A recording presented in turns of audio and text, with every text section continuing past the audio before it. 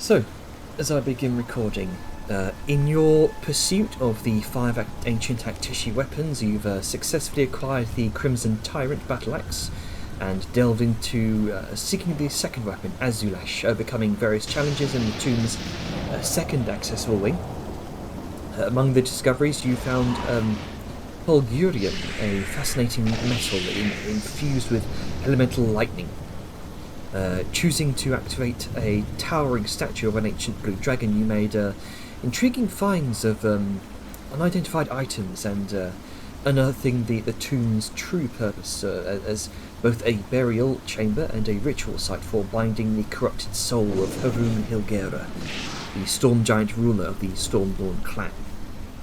Your efforts in dispelling the magic targeted at the tomb's blackened storm eye elicited a reaction from the winged shape within the clouds, animating serpentine figures into living lightning breath. Overcoming these challenges, you worked to reactivate the binding circle by understanding the statue's significance and aligning them. Despite initiating the process of rebinding Harun's turbulent soul, interference from shadowy residual magic emanating from the cracks and ravines seems to disrupt the ritual. Amidst this, you sought to discern the purposes of the empty thrones encircling the tombs. You quickly scrambled to occupy one, each of you. However, the shadows stirred Harun's restless soul again, prompting him to emerge as an undead ghostly tempest. You abandoned the throne plan, opting instead to confront his ghost in a more traditional way, in a climactic battle that left many of you injured, with Velen briefly losing consciousness, but being revived. The adrenaline wearing off, and the tomb opened for further exploration. You've begun to evaluate everyone's condition and the opportunities present for your next actions. Hammerstrike and Company, what's the plan?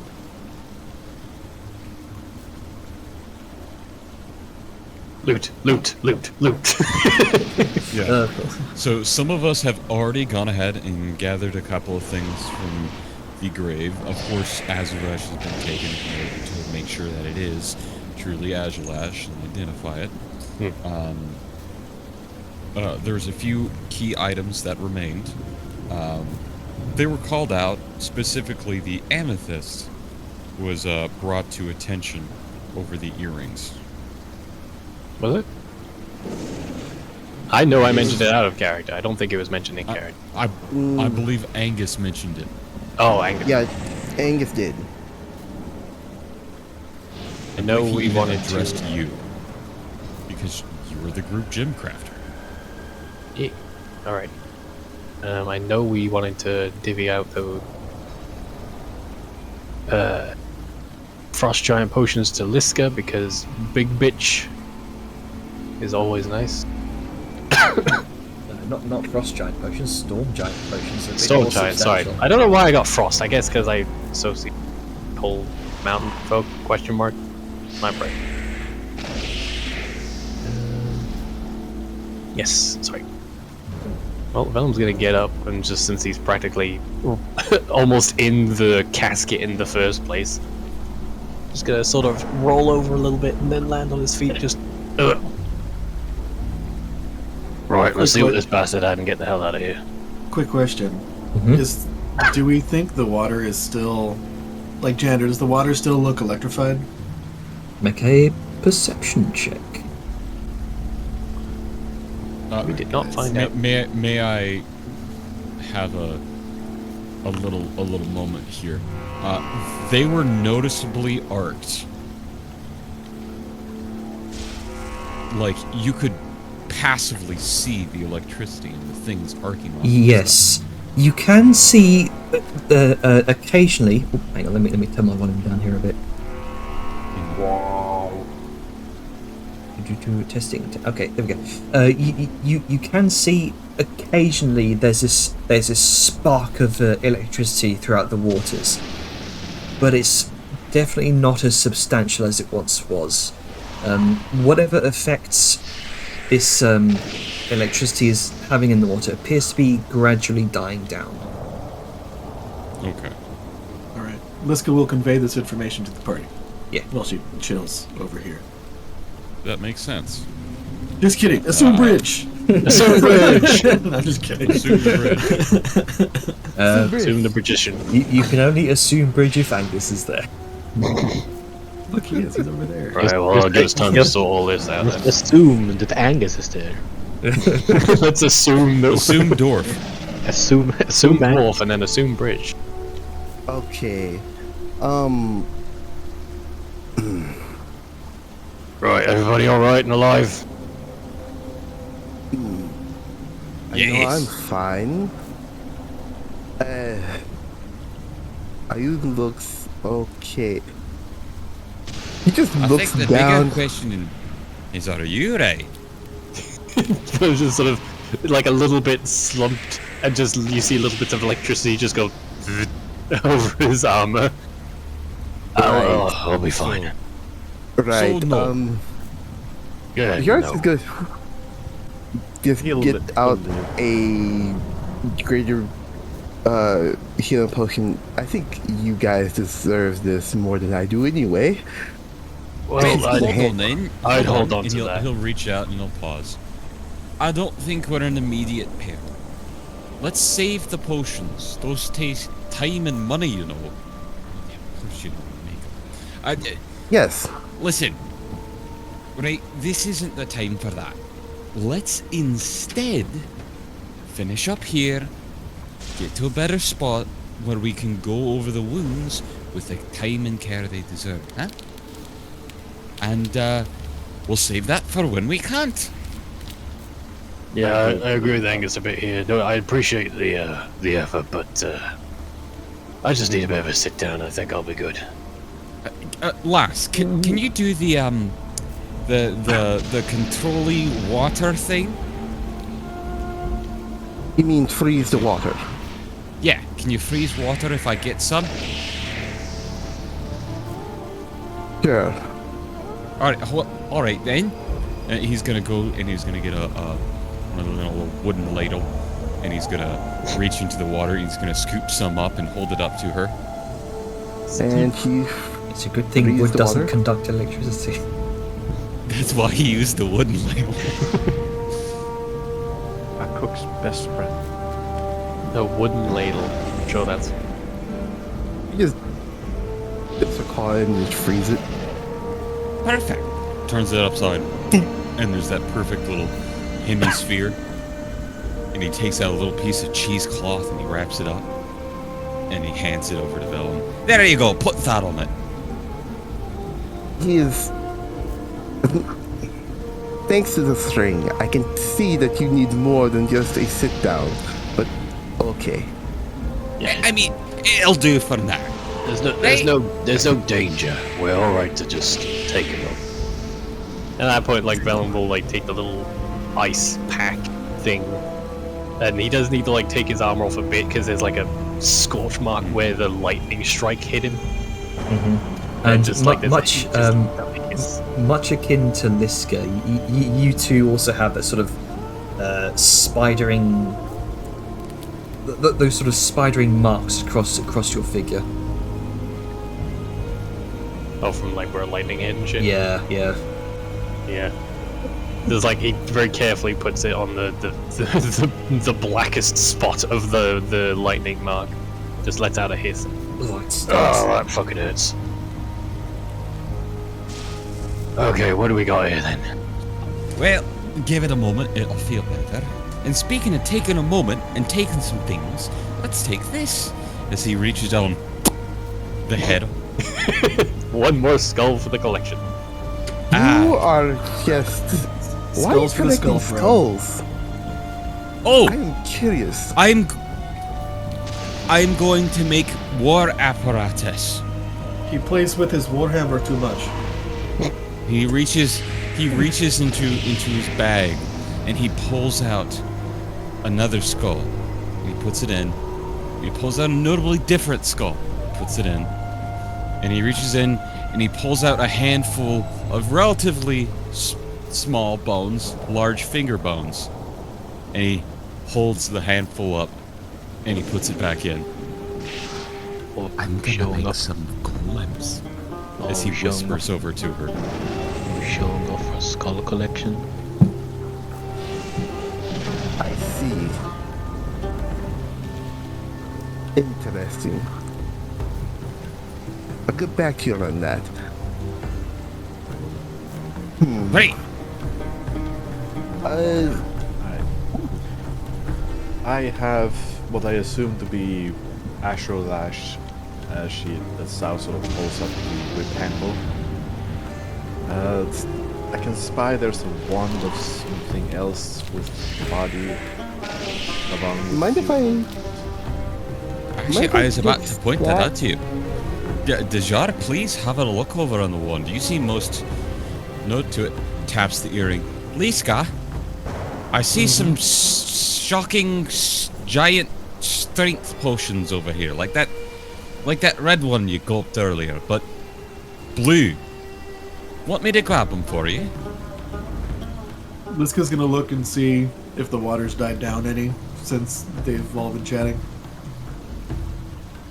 You kind of go ahead and look, and now it's a lot easier to see that there is now no more kind of arcs of lightning through the water itself. It appears to be safe to cross. Liska's she's just gonna hop in. Zoom safe. Zoom safe. Zoom safe. Zoom bridge. And I kind of looked at it, it's like, oh, he looks different. Yeah, these ones here. As he holds them both up to him. Like, yes, I will take this. All three. Any objections if I grab the essences? I think I might be needing them for crafting. Not my business. Let's go on. Something. Oh, I stopped kidding. Look at that. Check with Sal. I would only say about the madness one. What about it? Do you want it? I would like to keep a close eye on it. Madness. Let's see. I already have some of the shadowy looking ones. Those were from the Morbok back then. So you can have it this way. I would feel safer having this one in the madness in my possession. Would you feel best able to handle it? I mean, if Yes. this isn't a chai matcha, but you know, we clerics study ways to hold our own, so to speak, against the influence of things upon our mind. If this were to influence you, I'll say you this. feel comfortable you could resist? I'll say this. I've dealt with more things of madness than yours of your order. Yeah, I imagine you meet some pretty fucked up people in the head, hunting down mages and shit. Fair is fair. Mm, Alright then. No problem. I'll grab that shadow one then. I may or may not want that essence later, depending on what we have to do for some crafting. But when the time comes, I'll seek your counsel. How about that? That would be wise. I'm just Thanks. gonna put this in a special container here. A little lead-lined glass vial. Radioactive. More or less like a vial that has a special stopper on it. Let me jam it. And tucks it away into the bag of holding, because fuck that. Well, I'll just sweep up some of this. See things disappearing from the list, like, we're just going to do this here, then. Don't mind me. It's listen, man. funny though. I You're- like it. It's the dwarven instinct. He has to be careful. It's like, oh yes, bone dust. I can use that.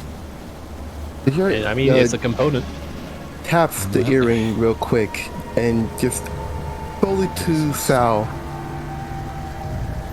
Sal, you saw those shadowy tendrils during the fight, yes? Mm-hmm. I did.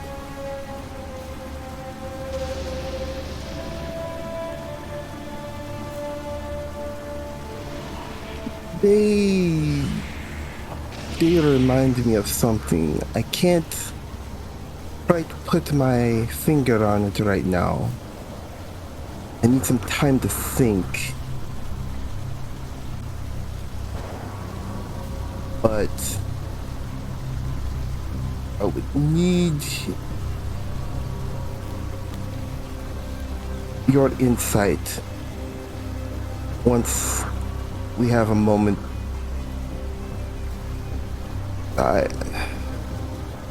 It's bugging me. Something fierce. I kind of feel the same. It felt off for what, as she gestures around. What all of Oh,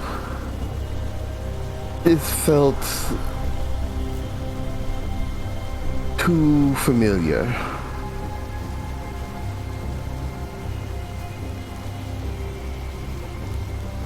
I don't like it. It felt familiar to you.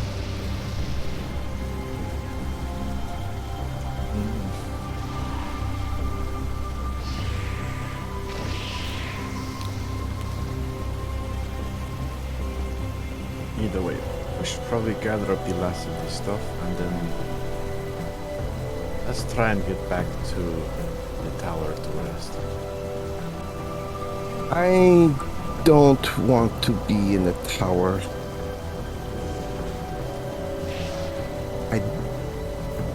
No.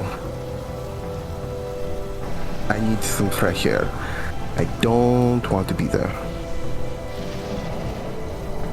went back to the tower so we could drop off stuff. Yes. Yes, but I want to go topside.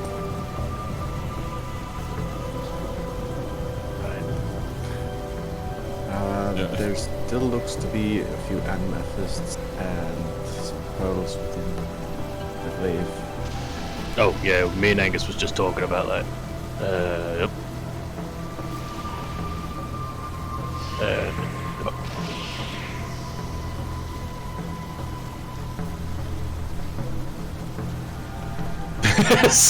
Sorry, I just glanced over at the demonic chat going on. Jar just looks at Vellum. Are you sure you don't have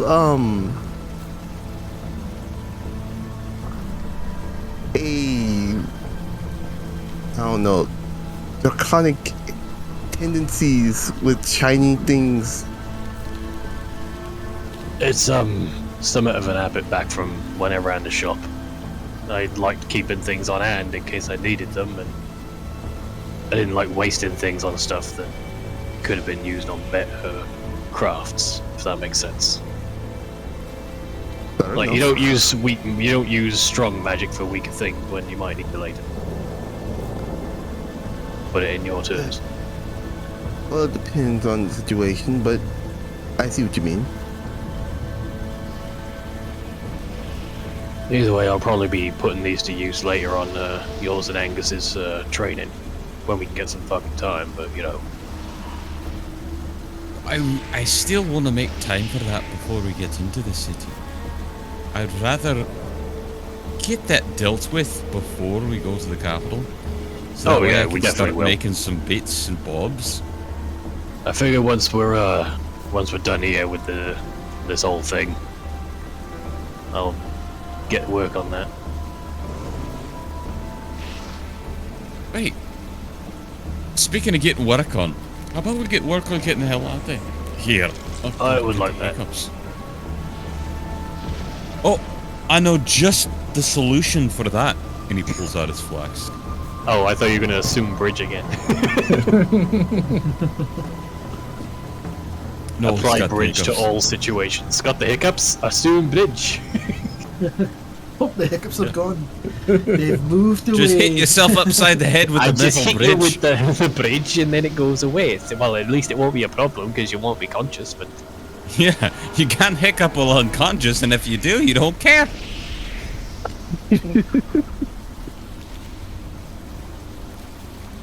Wait, what is I saying? Get the hell out of here. Right, let's go home to the tower. Alright? Yep. Slaps his knee and he gips up. Alright, so, for the sake of brevity here, And getting out of the lag dungeon. yes, you will gather your things, gather what you found here in the tomb that have yet to identify. I imagine you're going to be doing that once you get back up to the tower, yeah? Yeah. Yeah. I'm getting close to tower, yes. Okay, so... Oh, there is one brief thing on the way What? out. It's a minor thing.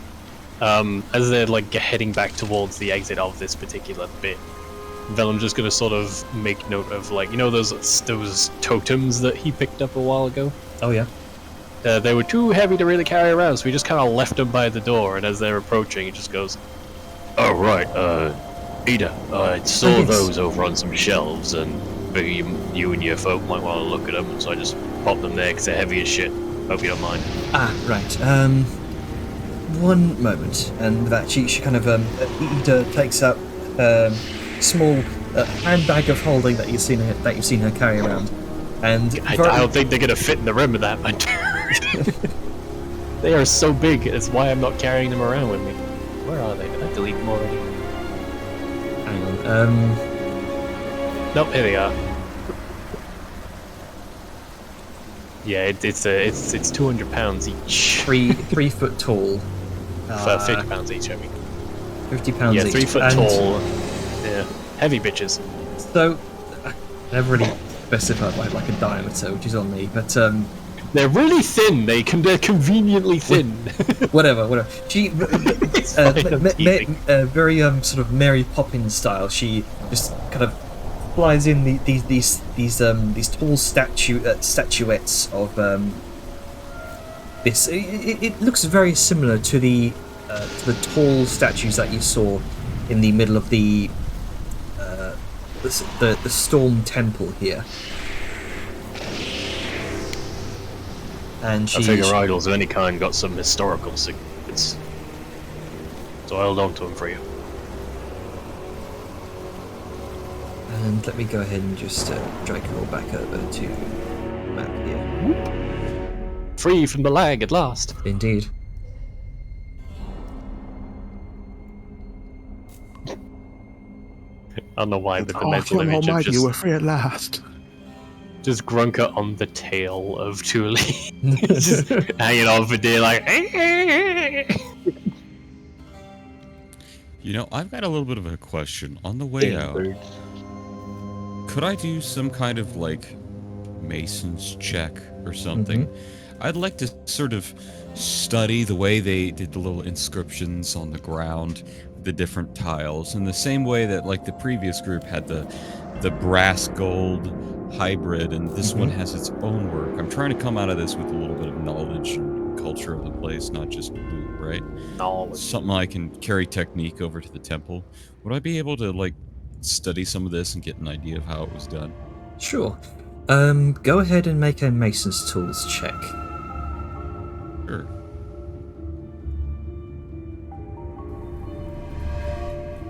Suddenly tower. I've got Mason's tools. 22. Would it work? Studying the masonry of this this temple. It's the stonework here is immaculate. Whoever was in charge of the techniques being used here clearly knew what they were doing. This, even though much of this is ancient, thousands of years old, how would I put it? even though most of this is thousands of years old, the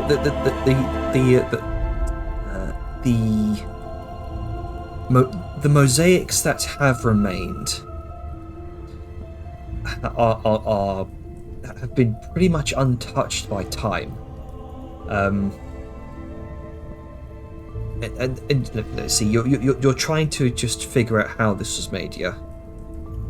Pretty much, figure out how it's made. I don't need you to give crazy details. Think of this sort of, he's trying to teach himself or learn a new technique of the ancients. Okay.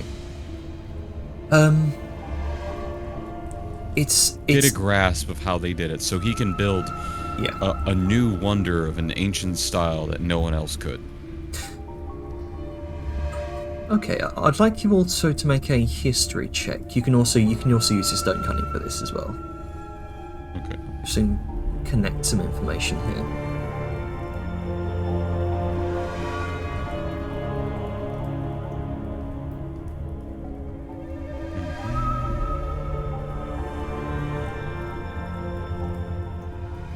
I'll go ahead and guidance that as well.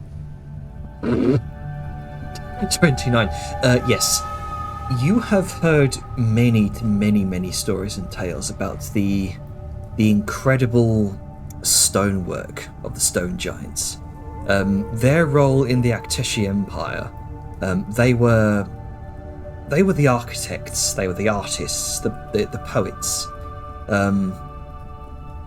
They were very much in charge of construction.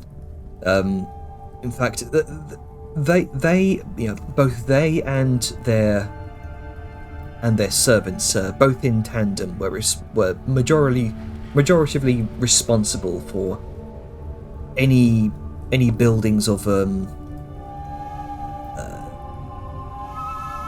substantial size within the empire, and you can very much see that here. This temple wasn't constructed by storm giants per se.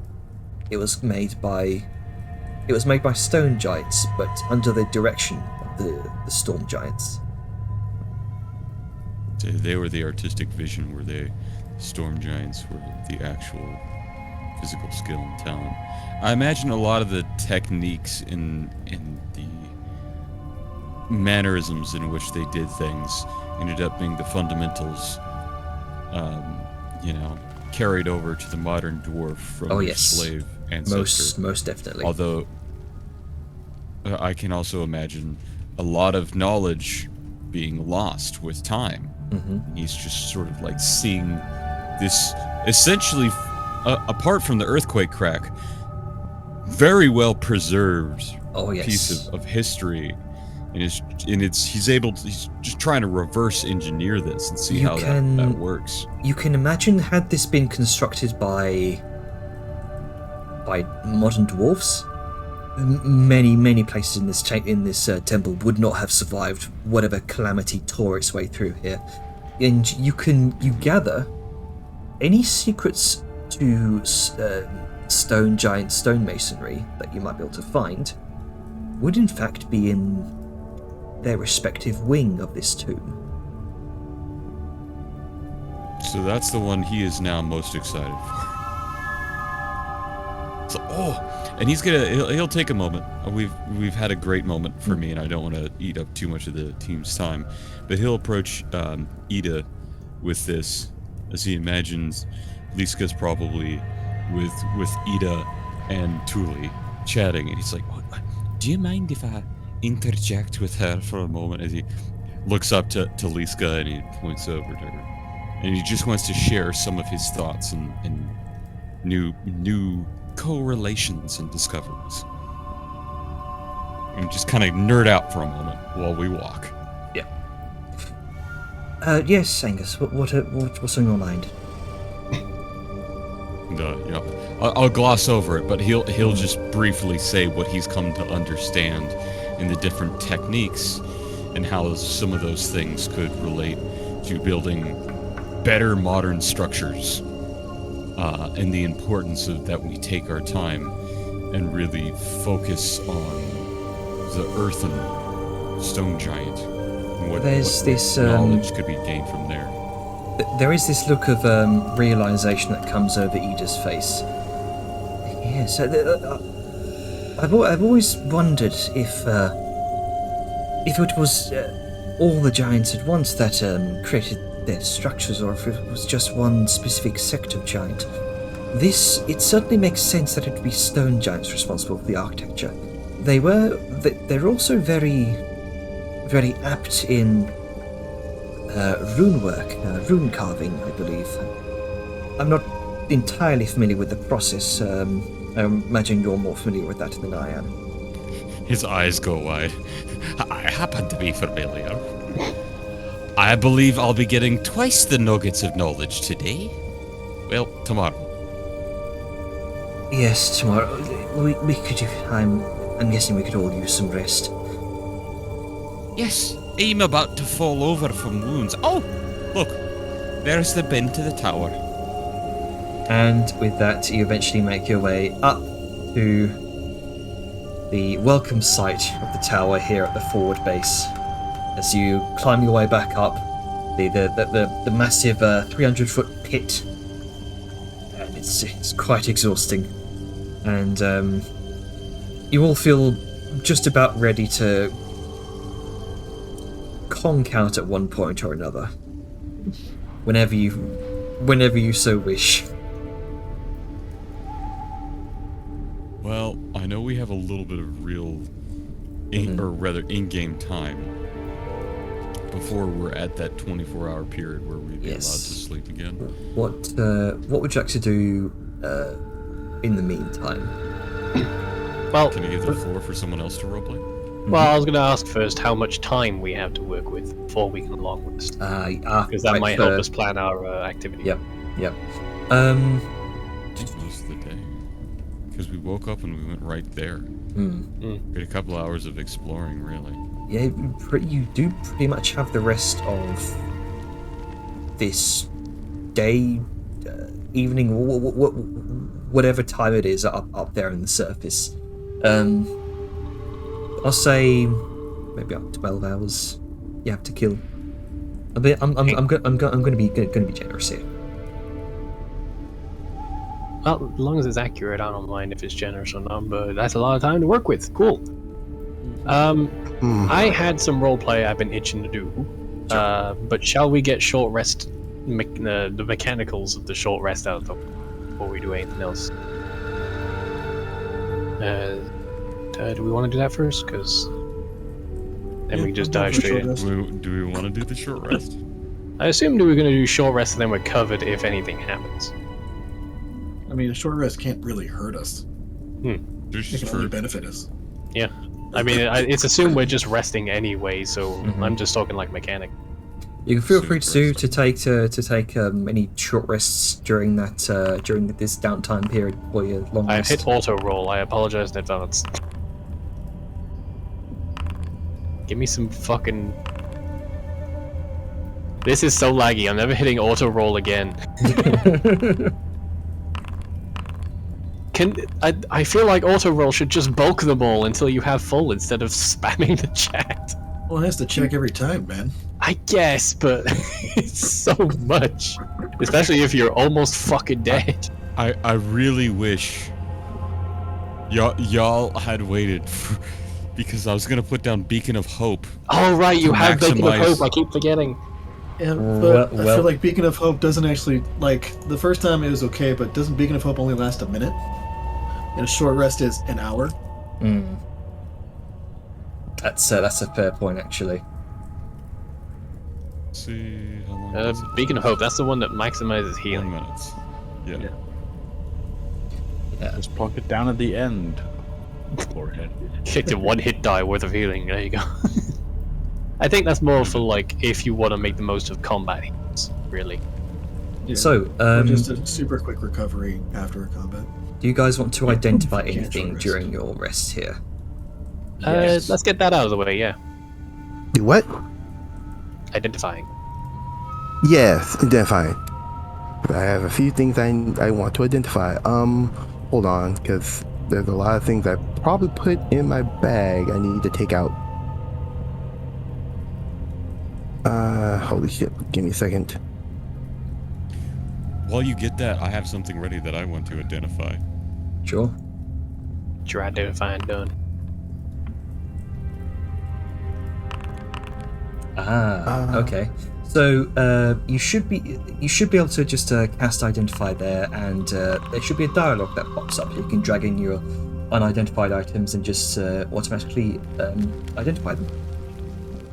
Yeah, didn't know that. Okay, So- hold on. Is that new? Yes, that's new.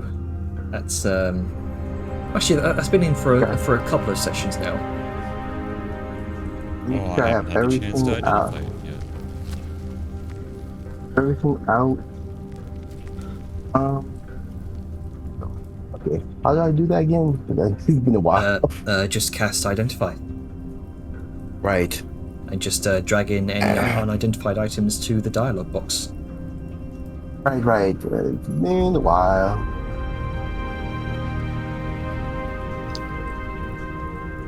Let me know if it's being troublesome for you. Give me a second. So you're trying to identify the coin. I'm gonna try and identify Asherlath. All right. So I just drag it onto the dialogue box. Yep. Identify it in the chat log. Mhm. Well, not in the chat log. There should be a pop up. Just for the one for the consuming the spell. Oh. In that case, I think the one where it's asking if you want to consume the spell, you say yes, and then something probably comes up after it. Yeah, I assume that's for like ritual. Yeah. people. Yeah, Yeah. nothing like that happened for me.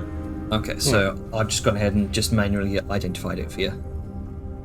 Oh, thank Well, you. It might be that you have the old version then. Actually, I'm able to do it with mine with the via ritual.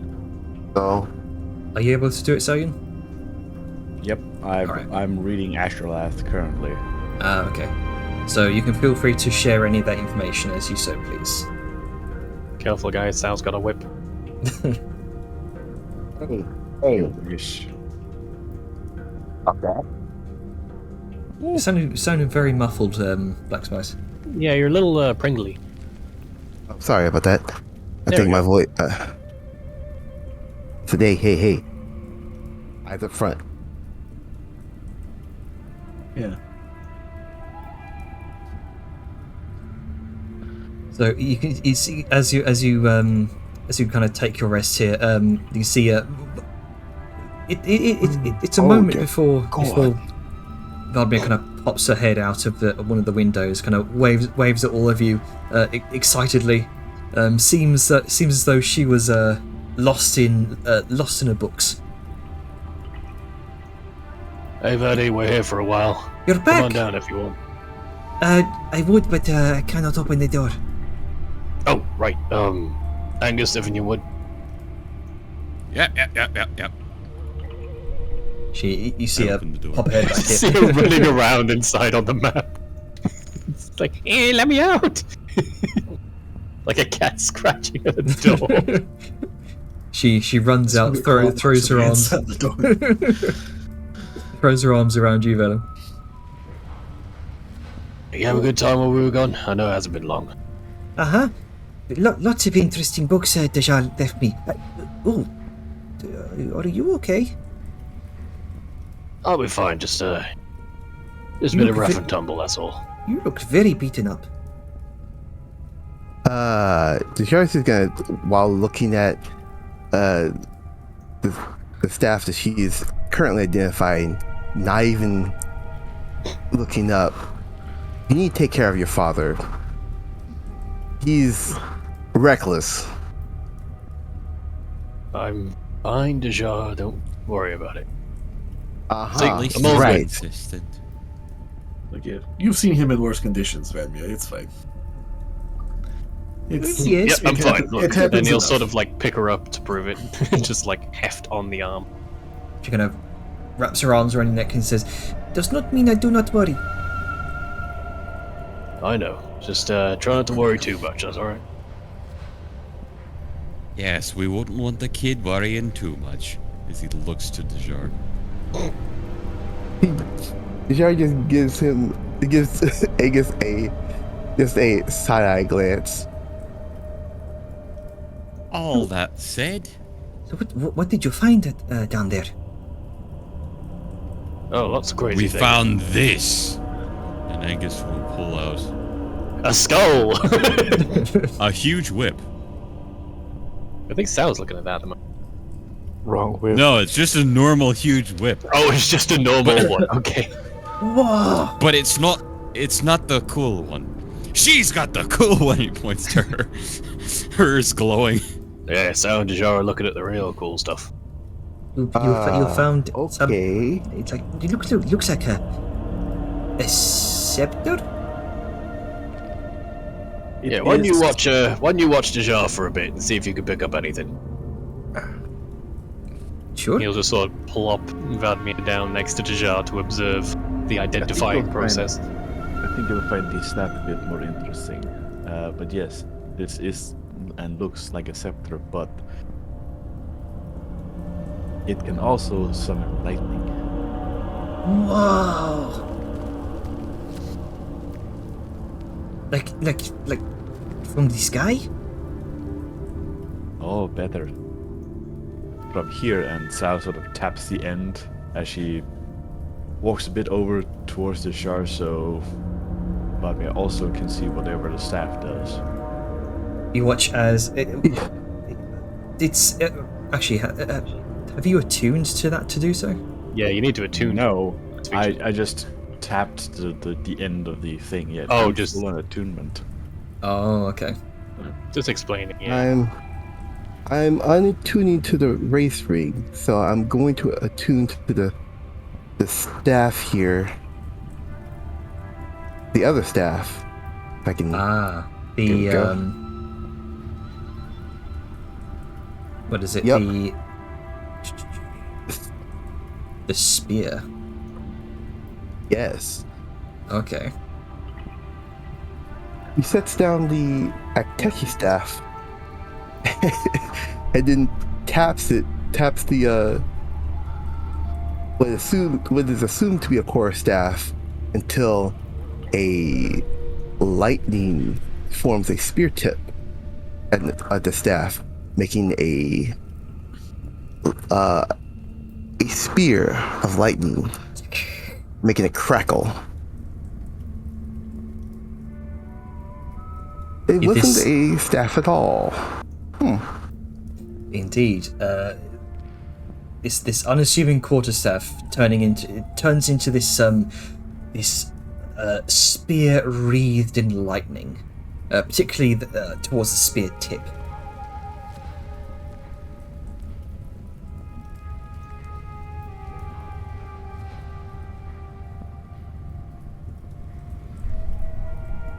Angus will No. point out, "Oh, look, it's like a larger one of your javelins."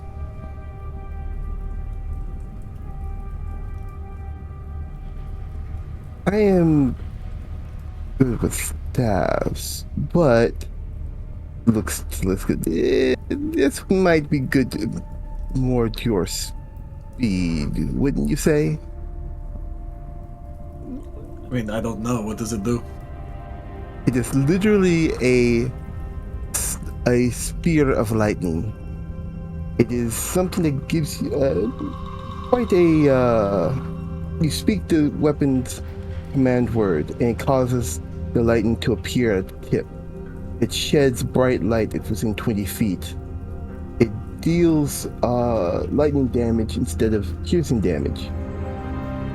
And lightning bolts shoots forth, and you don't need to throw the weapon itself. Oh, it's like a better version of what I got. As an action for That's just what I said. Sorry, I'm still getting a bit ringing in my ears. It's okay. let me continue. Dorman's Wrath. As an action, you can cast Guiding Bolt spell, dealing lightning damage instead of radiant damage. Once you use this, you can't do it again until you complete a long or short rest. Long or short? Long or short rest. That's really good. That is Free. Does it say at a higher level or is it just lower? Just it's a +6 to hit, so no, it's just regular. Okay. Hey, that's not bad. Multiple times free guiding bolt a day. Can you? Pretty juicy. Can you link Yeah, that in? Yeah. Yeah, that's what I'm gonna do. Give me a half second here. Let's see. Does There I was assume it also requires attunement? It does That's require pretty attunement.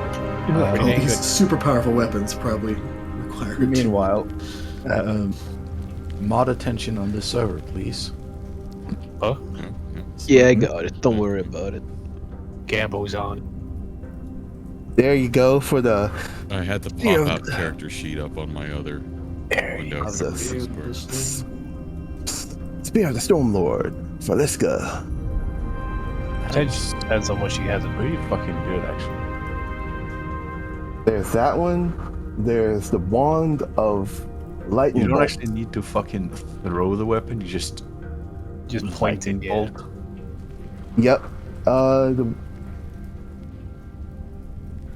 So for the Wand of Lightning Bolts, it has 7 charges. While holding it, you can use an action to expend 1 or more charges, casting a Lightning Bolt. The save DC is 15.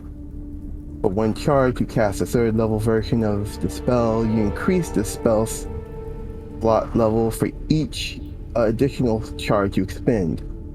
The wand it regains 1d6 plus the expended charges daily at dawn. If you expend the wand's last charge, roll a d20. On a 1, the wand crumbles to ash and is destroyed. Oh, risky shit. Yeah. And that's if you use the last charge. Yeah. Just If don't you- use all That's with charges. let's say that's with a lot of the powerful wands that happens. Even this powerful staves. Am I posted in the chat here? Oh, what is it? The staff? Is it just the staff of power where you can be like, "Fuck this," break it over your knee, and then just explode? Yeah, That's yeah, a that's a overpower power one. Yeah, that's a fun one. And There's like a more powerful version of that one that does even more damage. Yep, Staff of the Magi. A wind fan. While holding this fan, you can use an action to cast Gust of Wind. Spell DC, the save DC is 13. Once used, the fan can't be used again until the next dawn. Each time it is used again before then, the cumulative 20% chance of not working and tearing into useless non-magical tatters. Tatters? I am Yes, fucking up with that. This was the fan that you found on the individual that where the corpse from which you found those robes, Angus. Clearly some sort of aristocratic figure. Fan dancer. Oh, that makes sense. Look, it even matches the robes. And he pulls them out. What a twat. Even though I am a thief, you took everything. Yes. Wow. Leave nothing You're a but thief. death. No, I am the thief. You just said, fuck it, these guys. Everybody's a thief. We all just justify it in different ways. He's just like, wait a minute, you're a thief. Yes, I'm a thief. I'm not gonna hide it. There's a particular skill set, I assume. Don't steal from me and I don't care. Yes. I imagine Jajara probably only takes from targets. Make it That's easier. not a Hey. thief. To others, yes. Those who are high and undeserving, let's say rich people who don't deserve their riches? Yes. That brings up a whole other debate. One I am not going to touch with a 10-foot pole. Yeah, I'm not gonna get into the lot of that. Just, don't steal from me and mine and we're fine. If you do, I'll crush your hand. At the same time, I won't poison your food, so I think we're all fair. So, on that Anyway. note, what would you like Let's not get on that. Moving on. Yeah, what else would you like to do during your time here? The Jarl wants to go up top, actually. Oh, okay. You know that'll take several hours. Are you fine with that? No, it won't, because if she could transform into a bird and go up top. I'm Well, like a bird. if I may before the walk that. to get out of here.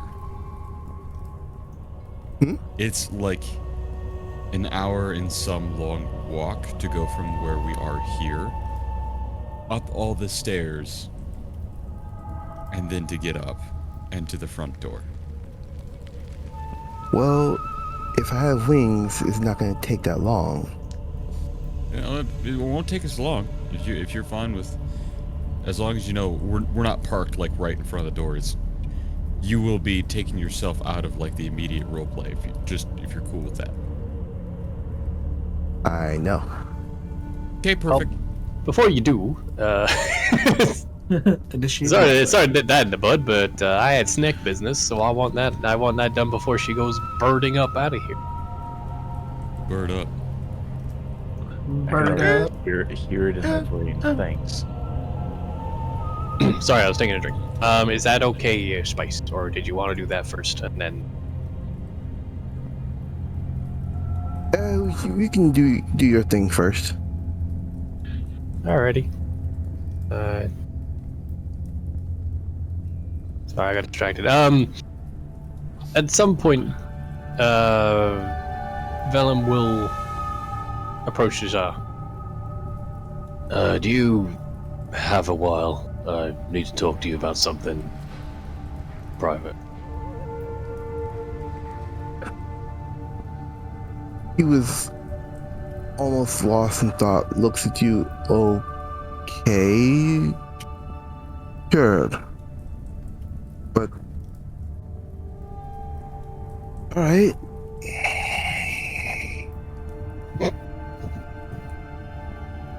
If this is a bad time, I could maybe leave it. You're right.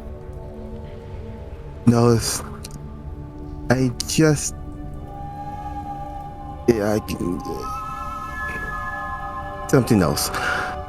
Let's focus on what you want first. All right. He'll sort of just like motion to like around the tower out of earshot. That's the word I was looking for. Of everyone else. All right.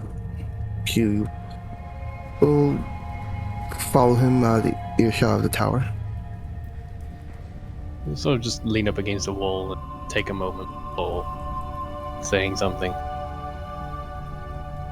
This'll be some weird questions to ask, but I got some things I'm trying to make sense of.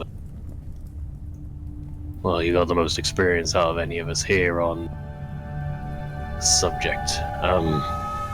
Right, well, Silver shakes his head a little. Some leftover lightning ash just flecking down. Jar, how did you and your husband get together?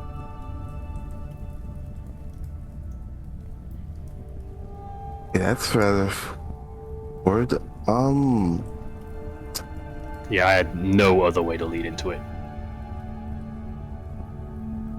And I know it's a sensitive subject, so... In all honesty, he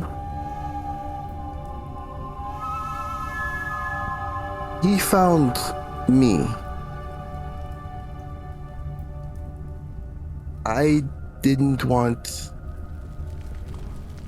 anyone, if that makes sense. I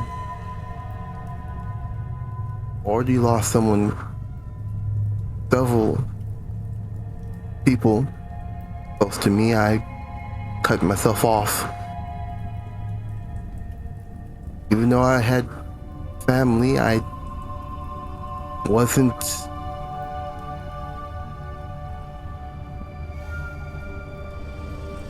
living, if that's the best way to put it. Yeah, that makes sense. And my husband got me to at least, in a way,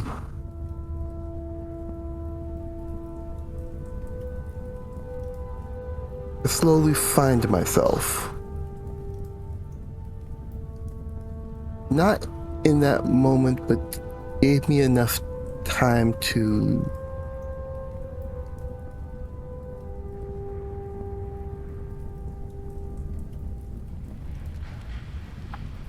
be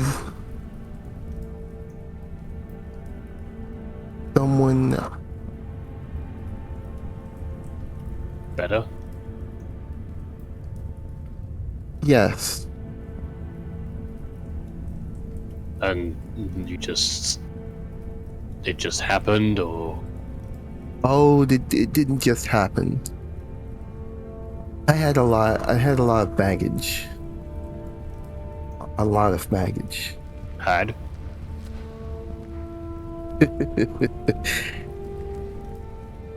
Yes. One I've recently came to terms with.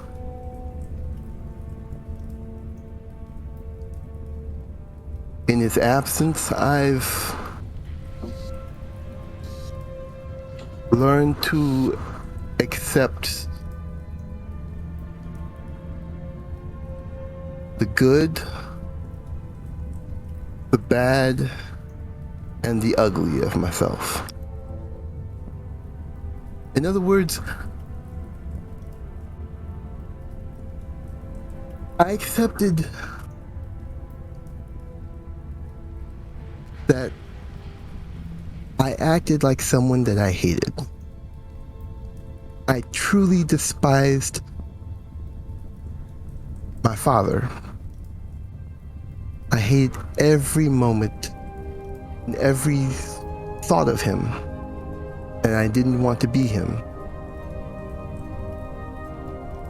But in doing so, I fell into the trap of acting like him more. So until I accepted that, I was stuck in the cycle. And your husband helped you realize that, and then you got together? Sorry, I'm trying to find the thread here. A little frazzled. He was trying to make me realize this.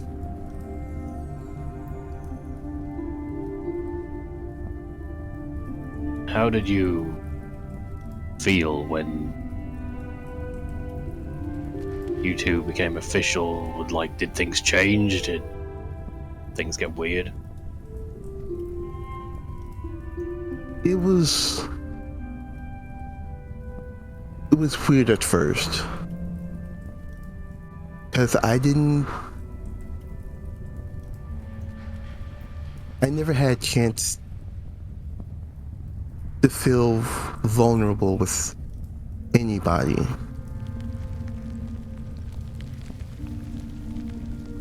It's this thing to be... Okay, it's gonna sound weird. Intimacy is not something physical. It's more than that. It's acting in a way of feeling safe. Feeling in a way that you can relate to someone have no judgment. You can share your ideas, you can share everything down to your deepest level of your soul, and they encourage you. It took me a long time to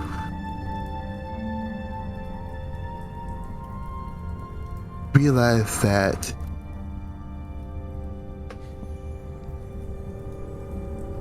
I have a foundation, not just with him, but something that even when he is not there, it's within me. If that makes sense. Yeah, it's the difference between the physical and the emotion. Now,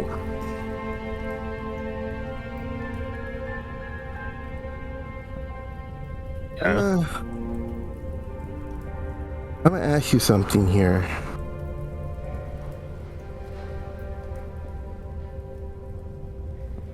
And this is the same thing that my husband asked me. You know who you really are?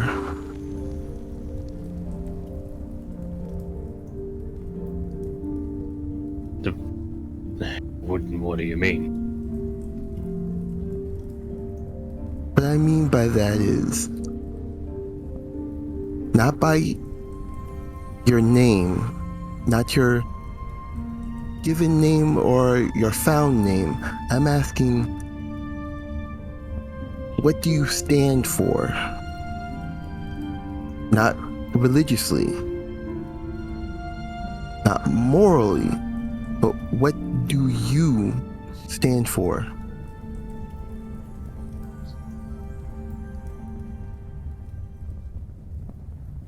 He takes a moment, and his arms have been folded most of this time, and now he just sort of stares at the floor a bit.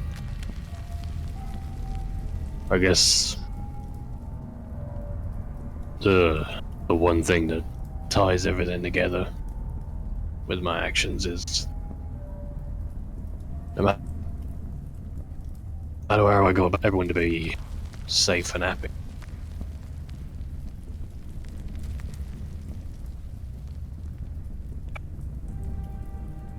I figured you were going to say something like that.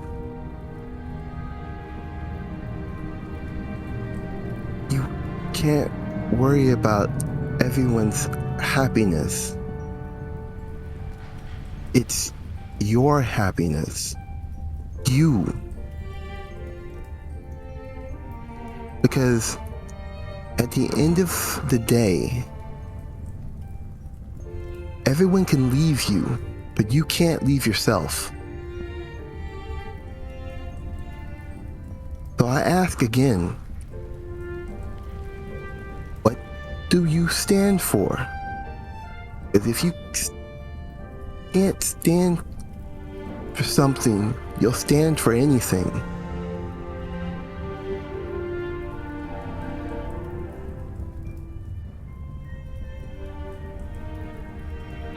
Afraid I can't give an answer more than I've already given Deja.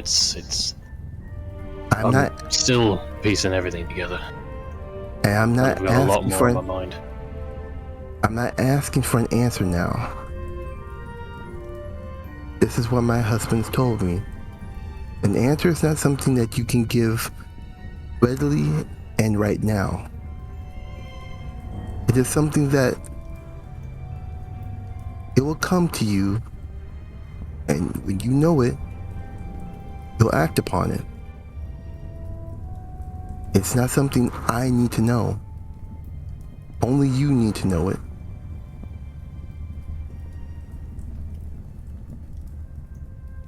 Oh, that is more than I needed to think about right now. I don't get me wrong. I appreciate the insight.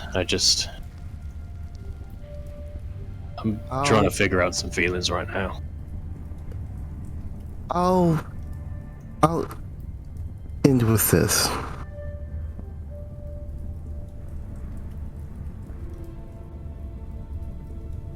Once you find that out, and I know you will,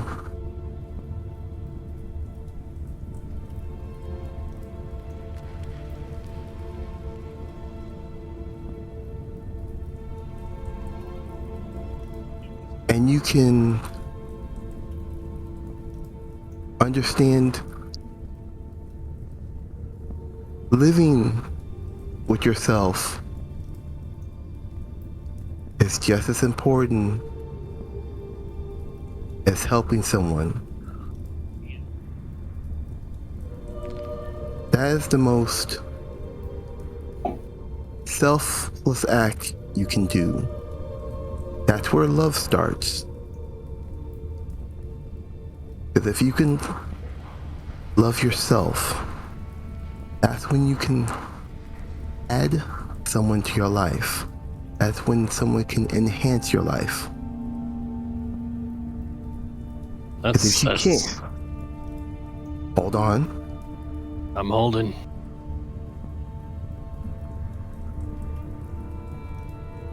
Because that's how you get, once you have your life straight, with those two things, everything else will fall in place. It's just those two things. Well, strange thing is, Deja, I'm fine with myself. I'm not like some people where they'll pick apart everything in their own actions and words. I'm even with everything going on, I'm happy with the person I became, but it's not me that it's not me that I'm thinking about. It's something I don't understand, something I haven't dealt with. It's nothing to do with me or my inner demons or anything that deep, just I don't understand. And say what you mean then. Right, I have feelings and I don't know what they are.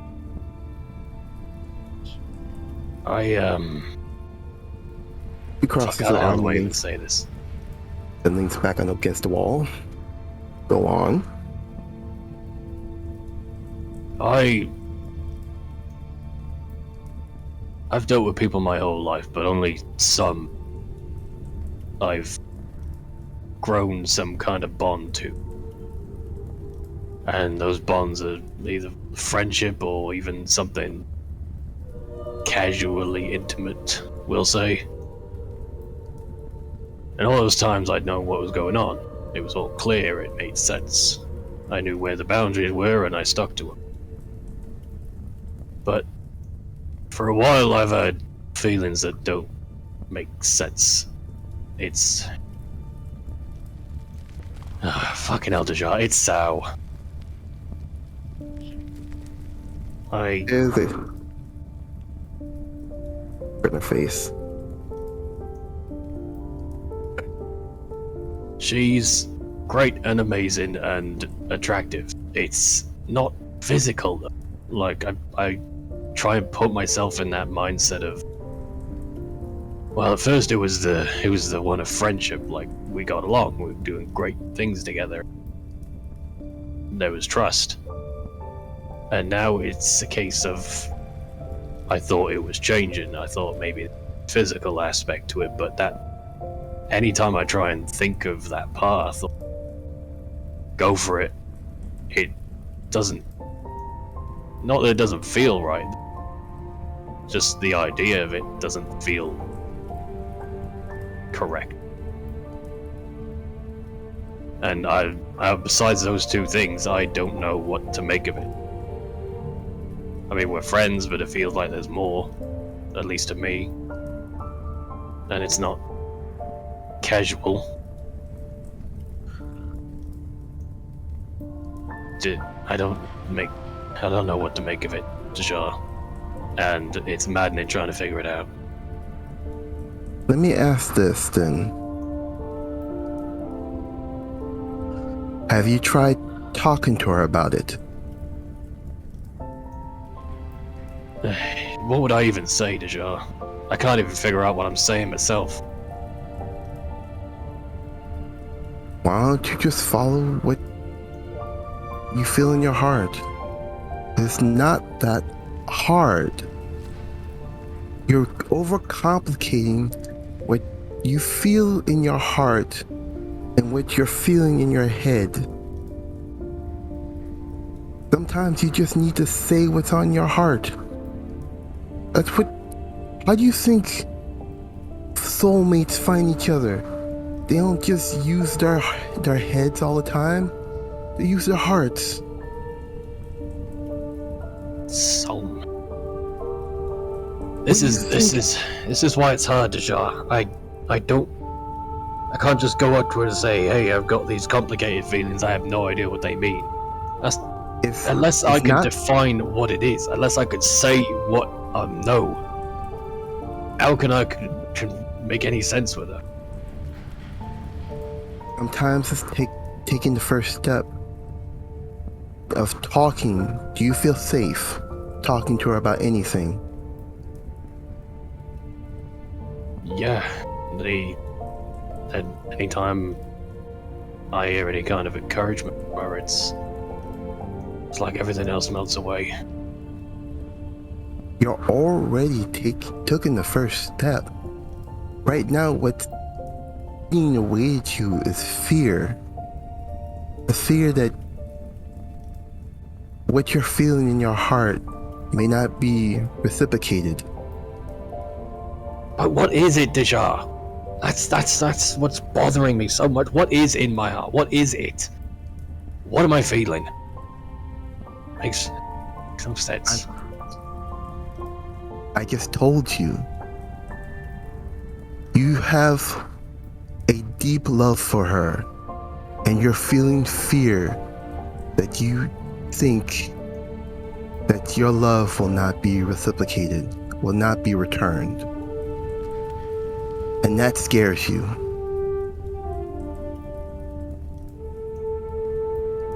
Never even thought about love before. We barely do. It doesn't come like it says in books, that it comes in flashes. It sneaks up on us like a thief in the night, or like a perfume just wafting to the wind. We recognize it. If we don't know it. Sometimes you just have to say screw it. Yeah, because that's worked out so well for me before. And you're still alive, are you not? More or less.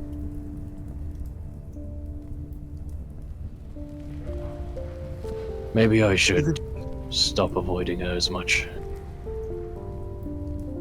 The magic you seek is in the work you're avoiding. I felt like I was trying to give her too much attention, I think. I felt like I was being weird and sort of stepped back for a bit. And where did that lead you? A lot of confusion. And that confusion led to fear. Sometimes courage is not doing what you think should happen, is doing what you know in your heart that is best Not just for you, but for the other person. Your friends. You know this.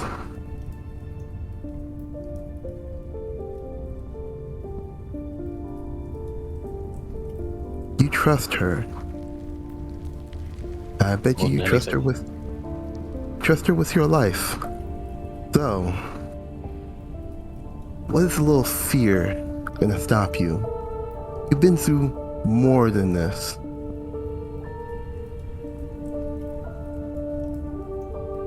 You're right.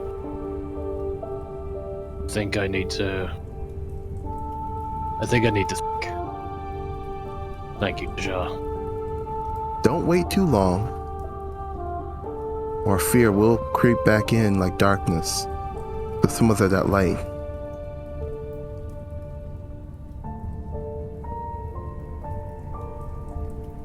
He sort of rights himself, stops leaning, starts his way back a little bit before he just mutters, "Didn't think I'd ever be in love." No one ever thinks of it. It just happens. It's natural as the wind and rain. I think I'll like it though. For as long as I can hold on to it. And at that point, off he goes. Alright. Because just gonna lean there for a minute, smiling. Never thought I'll see the day. And then transforms into an eagle and then leaves. Alright. And you want to head back up to the surface, yeah? Yeah, just to see the time of day. Okay. You spend a good hour or so. It would have taken a few hours, but you said your eagle form, yeah? Right, in your eagle form, it takes only a fraction of the time to get up there. And let's see here. I think it would actually be very, very early morning at this point. The moon is high in the sky. Most individuals are sort of in their own respective camps. You can see, most others have gone to bed, bar a few firelights in the camp that you can see. A couple of individuals are on patrol around the immediate site around the entrance of the tomb. You can see one of the guards sort of tries to signal for your attention. You are with you're with the delving team. Am I correct? She just screech. Oh, right, You sorry. bird, you're with the delving team, Sorry. yes? No, I forgot she was still. Yeah, so you're still in your eagle form. The guard immediately sort of jumps back, draws his spear, just sort of steps back with what looks like his patrol partner. Get out of here! Not gonna question that the bird came from within the thing.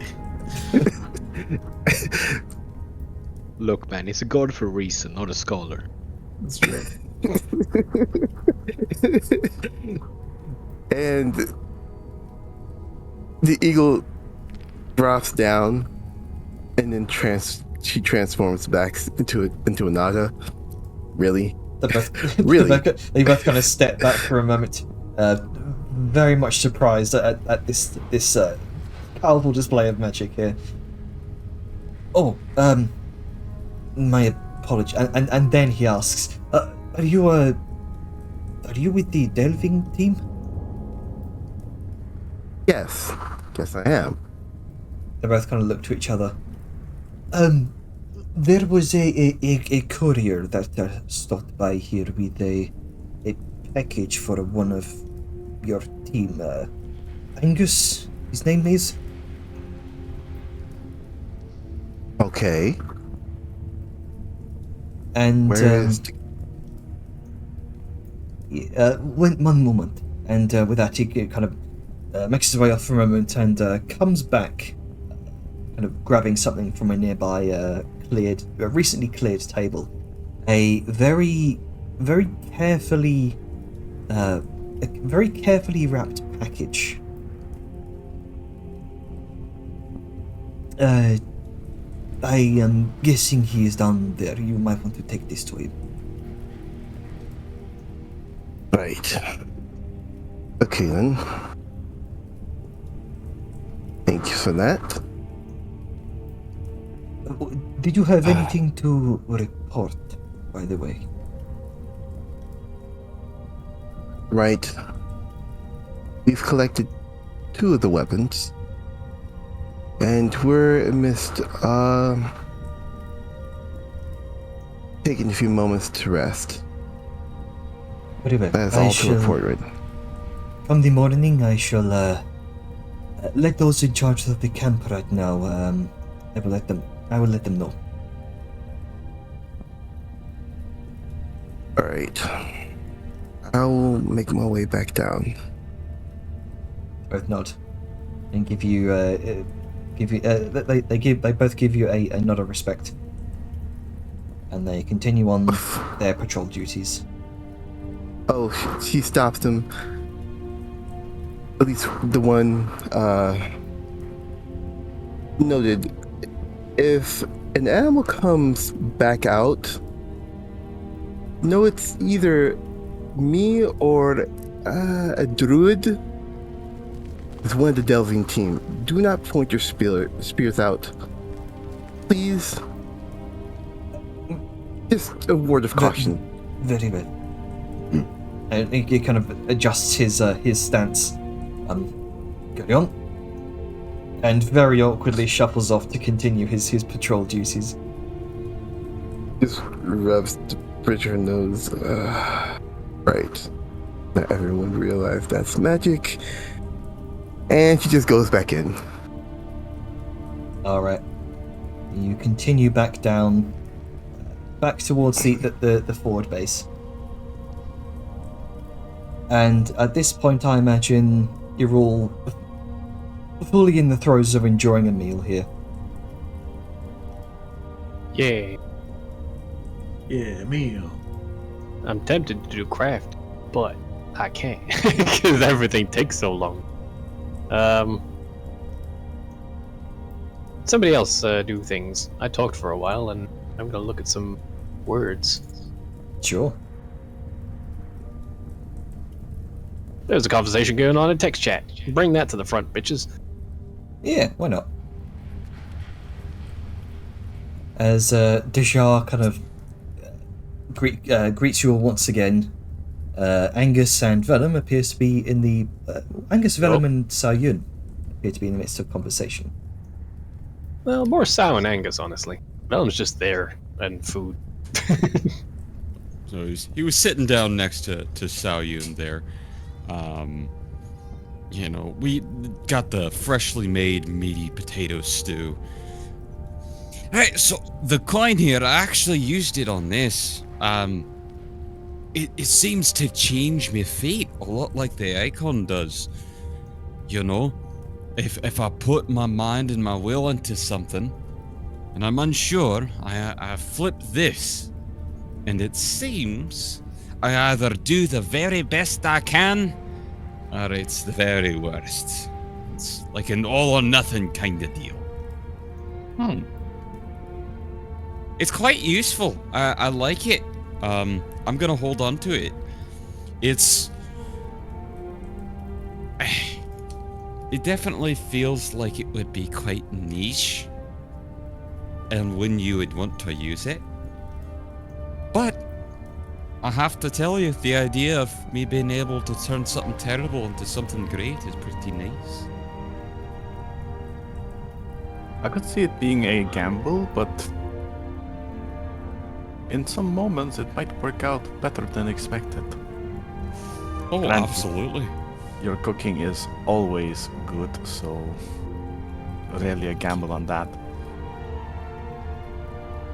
You know, I hope it tastes alright, because the queen came up with the skull, so I didn't do too well.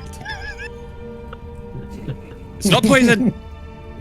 The villain just sort of sputters a bit with a visitor. It's like, what? It's just, this is the worst I can do. Which is actually still pretty decent for Angus. A 16. This is the worst I could do. Does 5-star dining. It's like, yeah, Liska's just like, this is just not. You're the up to your motherfucker who usual says I just standard, make guess." doodles. Like, this is just not up to your usual standard, I guess. You can tell.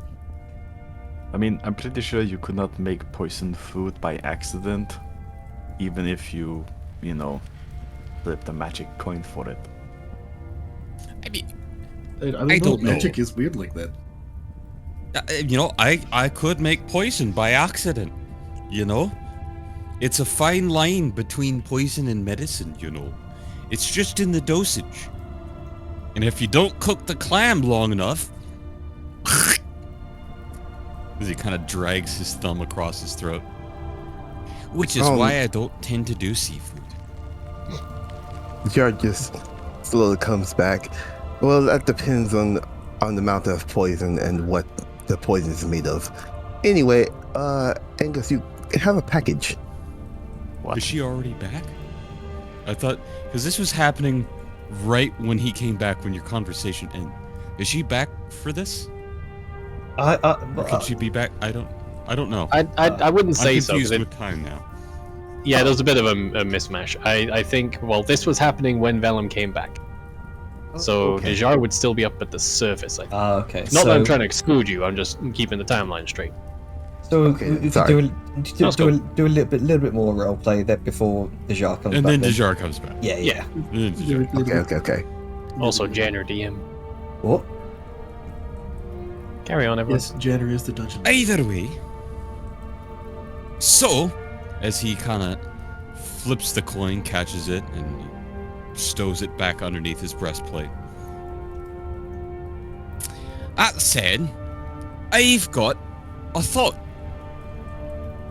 Oh. I would very much like to make some jewelry, as he kind of leans in over to Vellum. But I don't know how. I was hoping that maybe we could trade some of the gems that we might have. I could show you what I've collected and what you deem is too precious to waste on practice. I'll give them over to you for safekeeping, and then we can train me up with some of the other not-so-grand ones. And when the time comes, we can work together and make a lovely little piece. Do you feel like bartering? Doing a little exchange? Yeah, that sounds like a good idea. I know I've got a few that I don't think I'll make use of, but they're common enough that they'd be good for practice. Give me a sec. He almost sort of like absent-mindedly, like his brain is two different directions, gets the bag out and he just starts rummaging. He just gets out all these gems. And presumably we just do the mechanics of that as we're discussing. But... Would you say, with a passive 18 insight, though I wouldn't know the details, I would be able to tell that Vellum's mental state is a little bit off from his usual self, that something's maybe not quite fully there? Yeah, that'd definitely be enough, right? Yeah. Well, it depends if you're actively trying to hide it or not.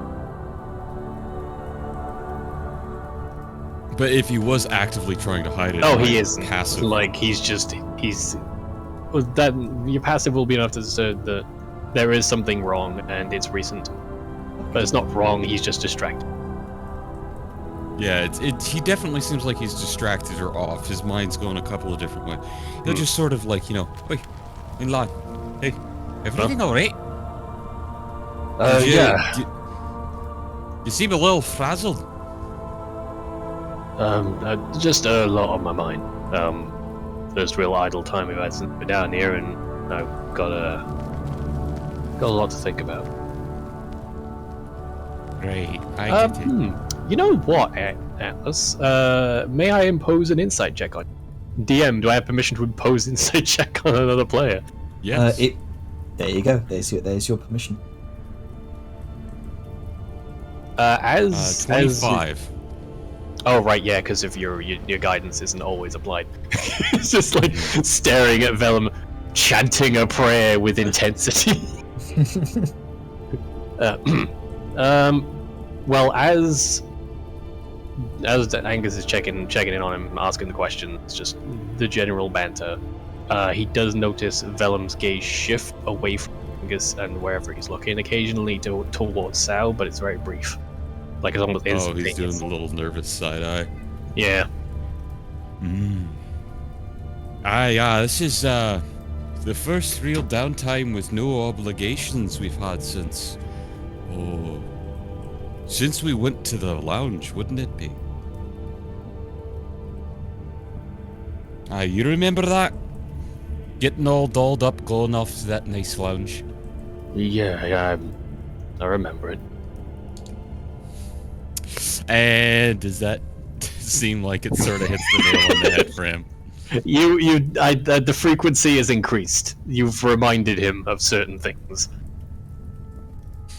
Fucking mental manipulator Angus over here. I didn't fucking expect that. Well, let me just nudge the conversation this way a little and see what happens. Sorry, back in character. I'm getting a little giggly. No, yeah, that's his insight at work. It's like he's trying to explore things naturally through the conversation, and sort of like testing the waters in a neutral way, not trying to like accuse. Just like, is it kind of like this?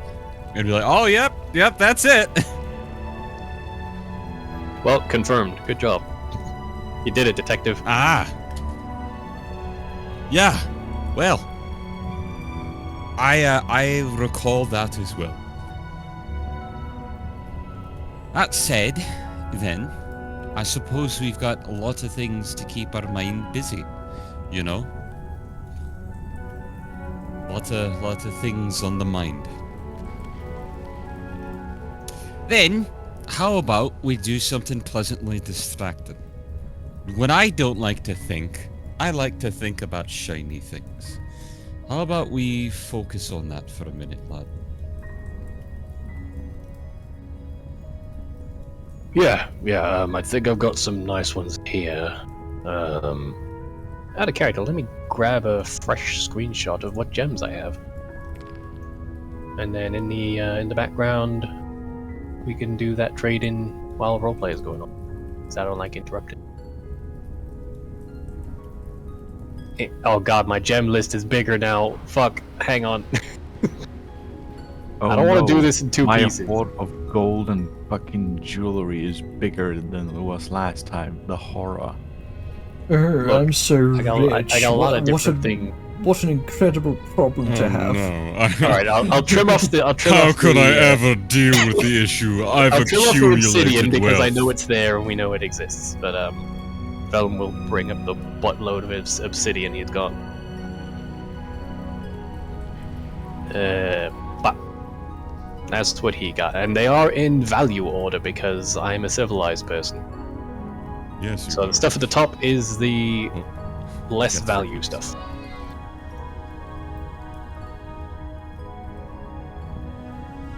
Yes, we start off with the colored glass and end with the colored glass. Yes, the slightly different colored glass.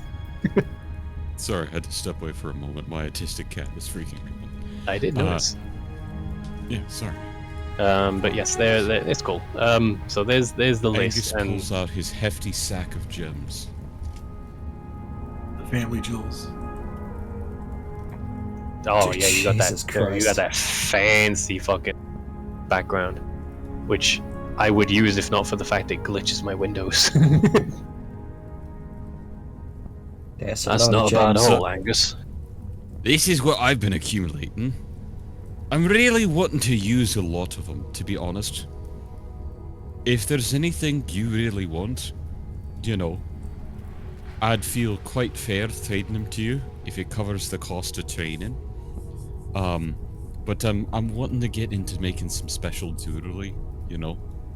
Yeah, I can see you got that dragon shard you were wanting to use for Summit. So I've got a lot of these because I'm making a fancy ring. It's a very special ring, and it's one that's meant to tie a dwarf to his oath and is vital for his status. It's something that may mean one of the most things in his life.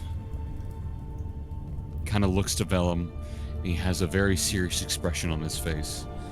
And he lifts up his right ring finger. And with a pause, he looks to it and back to him. It's a rune of lordship. It's something for announcing your status as a dwarven lord. When did you become a lord? It's a bit of a lord? magic one. Well, I've claimed Morthholm and I've been given the good blessings of the spirit, and I may be doing some work on the side to earn the favor of existing lords to acknowledge me. So soon! But I'm trying to become a rune lord like a great-great-grandpappy. Oh, you should, have you talked to Free Feather yet? She seemed to be good with us. Yeah, I have talked to Free Feather. I'm in communication with many of the dwarfs back home. And you can see I'm acting a bit as a counselor to their situation. We're discussing how home's changed, you know? And from that, I think with the select few, I'm getting along quite fine. Alright, well, we could definitely make some trades here and get you where you need to go skill-wise. But as for the cost, I wouldn't worry too much about it. We dug up a shitload of obsidian when we went underwater, so that'll pretty much do it. Practice sharpening and cutting all them little bits, and that'll get you the basic skills, but that'll be time we could do on the road. Aye, between the sessions. Yep, and whatever crafting rune work I got to do. So, let me set aside a few of these because they're required. I went and bought the lot of them while we were in, God, it's just been a couple days and I've forgotten the name of it. Itzel? That resort. Yes. Since we're in Resort Itzel. Yeah, set aside some stuff you're not willing to trade and maybe take the rings out. I don't know why you got rings in a gem bag, but I guess that's just me. Just sort of plucks a gold ring out of it and just puts it aside. Because I was gonna put it on there. Well, everyone's got their own system, I guess. I like keeping all my gems in one place and all my jewelry bits in another. Either way, to each their own. Well, as he takes a sip from his flask. I like to keep the components together. That way I know. To me, it's the mentality of I'm keeping, you know, all the different metals that make the alloys together, right? Because I know this is the spot for making the end goal, right? So put them all together. Fair enough. Otherwise, I have a bunch of things and they're in different groups, and I don't have just my jewel crafting sack. I have my jewel sack, and then I have my component sack, and I have my facet sack, and it's just like, I don't need to... I just want to be able to grab one and go. I deal with enough heavy sacks already, you know? Mainly smacking them. That too. Right, well, we can take some time and sort through all this then. And presumably we'll do the mechanical bits of it later on, but there's the roleplay aspect. We've established the roleplay. All right. Assume and roleplay. As we go through and we sort, we see a light crest through as Dejar returns. There we go. Scraw! Dejar, you return in your eagle form, I'm assuming as well. Yes. Okay. You see this massive, this large eagle kind of careening through the enormous, sort of, well, the gargantuan darkened halls of the tomb that you've set your forward base up at, and she kind of it's a fucking bird! And he throws a rock at it. And No, it's just interception. Casually dodges it. You can see the eagle is clutching in its talons a small, some sort of small bag or sack or package. It's difficult to tell from this distance, but you have the floor, Black Spice. She just careens just a little bit and just lights onto the tower, then hops off a ways and transforms back into a Naga. Really? Really, you gonna try and hit me with a fucking stone? I'm coming back? Well, I didn't know it was you. You are a dreaded giant eagle. Okay, first off, who are the two people here that can transform into an animal? Name two. I don't know. I didn't know you could transform into an animal. Wait. I did it twice. Twice. Yeah, to be fair, she has done it. And you did just... Yeah, she's done it multiple times, I guess, like right in front of you.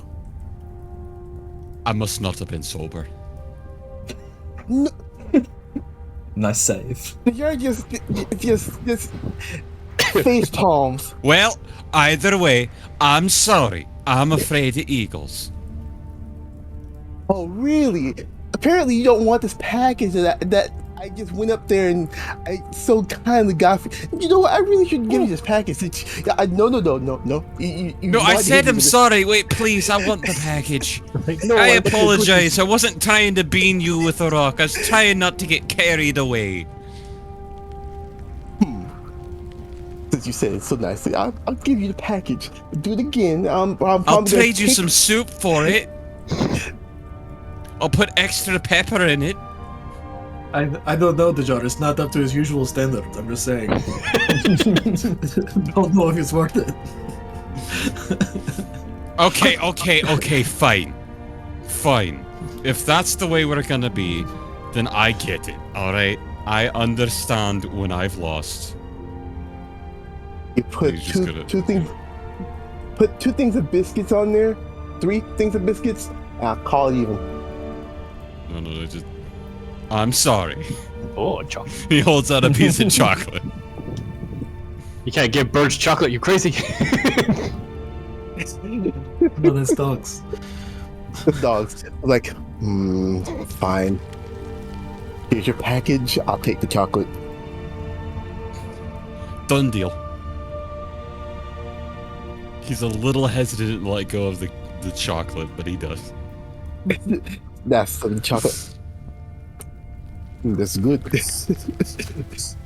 Hey, I've got mail. So,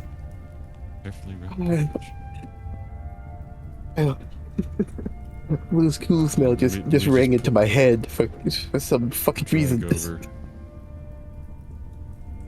You're trying to drag the chocolate. No, I didn't want to do all 9 pieces. Hold on, I will take 8. Oh god, it's an eagle! Take all my chocolate, go away! I will leave 1 piece of chocolate, and I will take the package. Okay. You can have the chocolate. Okay. So. Oh, you can't. It's paused. There we go. As you open the package, you find several carefully wrapped small stone statuettes. Each one is a hand-carved likeness of the members of your group, varying in height from 4 to 12 inches.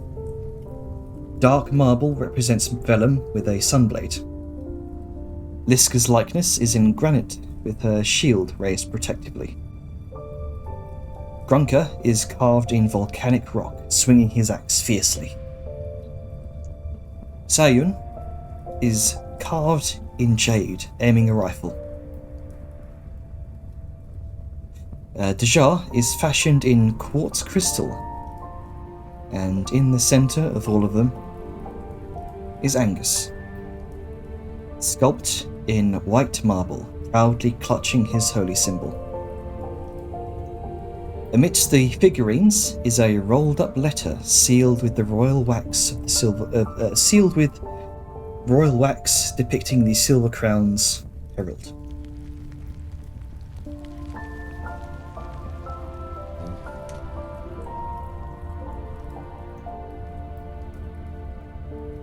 He will go to read this little letter. He kind of clutches it close, not aloud.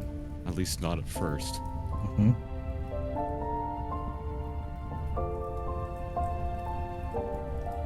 The package.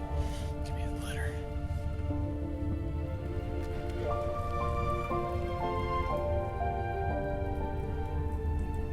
I don't see the letter. Hang on. It should be in there. Can't seem to open the package. It's so carefully wrapped. Middle Can't do it. click. Middle click. Oh, there we go.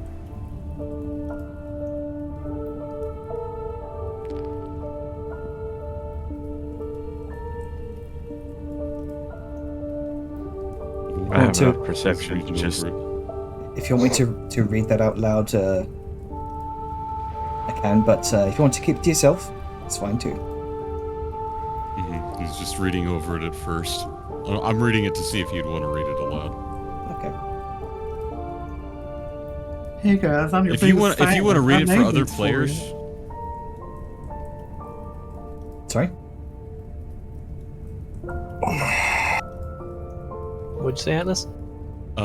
if you want to read it aloud so other players may know, you're very welcome to. Okay. Angus, it's written entirely in Dwarven script, and it reads as follows.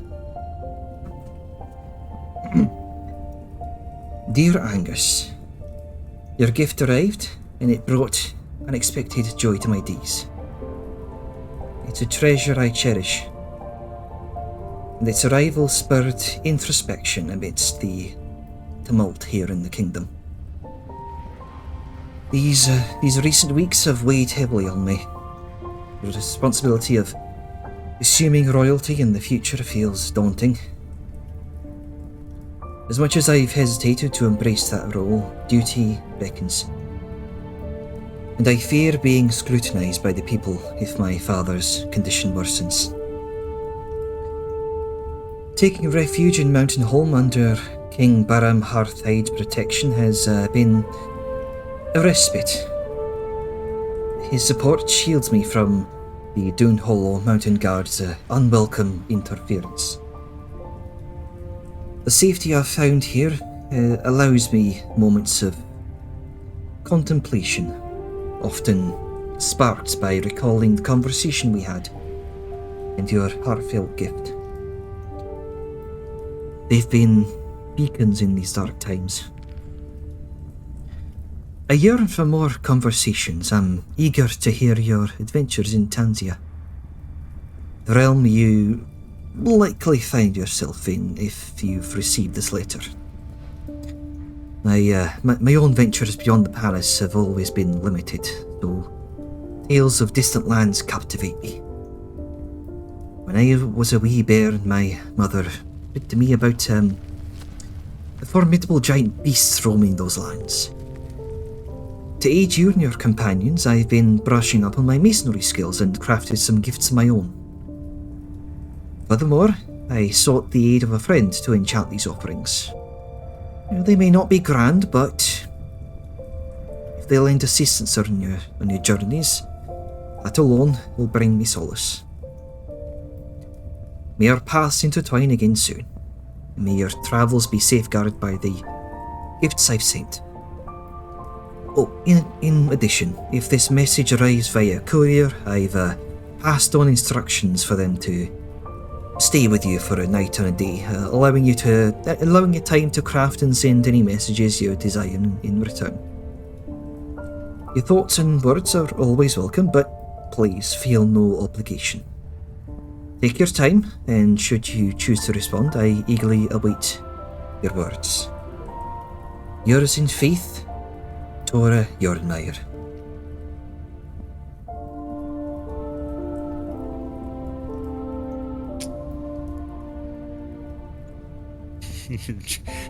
Jesus Christ, God. This is a message that he would not read aloud. However, one that he would... Because, let's see...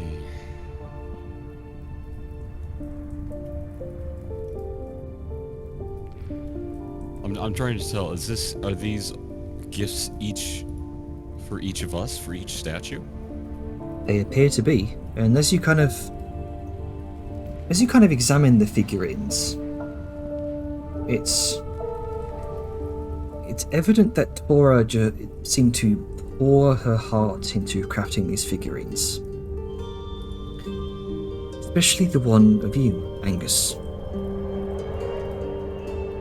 The intricate details etched into the marble display a level of care that goes beyond craftsmanship. And as you examine your figure, you notice the subtle but precise chisel marks that meticulously outline your facial features. Each line seems to convey a depth of emotion, capturing moments of thought and reflection on Tora's part as she was likely chiseling away at this. It's as if Tora's essence has been intricately and intimately woven into the marble without her even realizing it.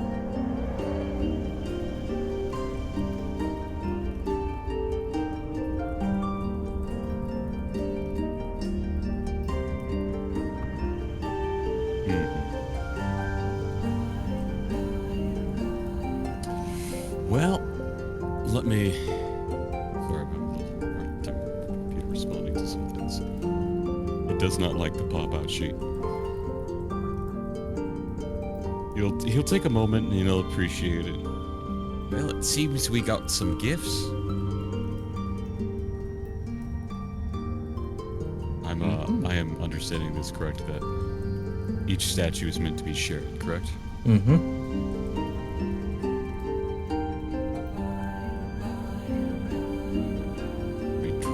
So I can actually trade them. From who? From the princess.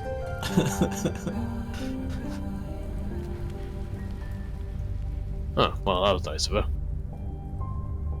Hey, let me go ahead and hand most of these out.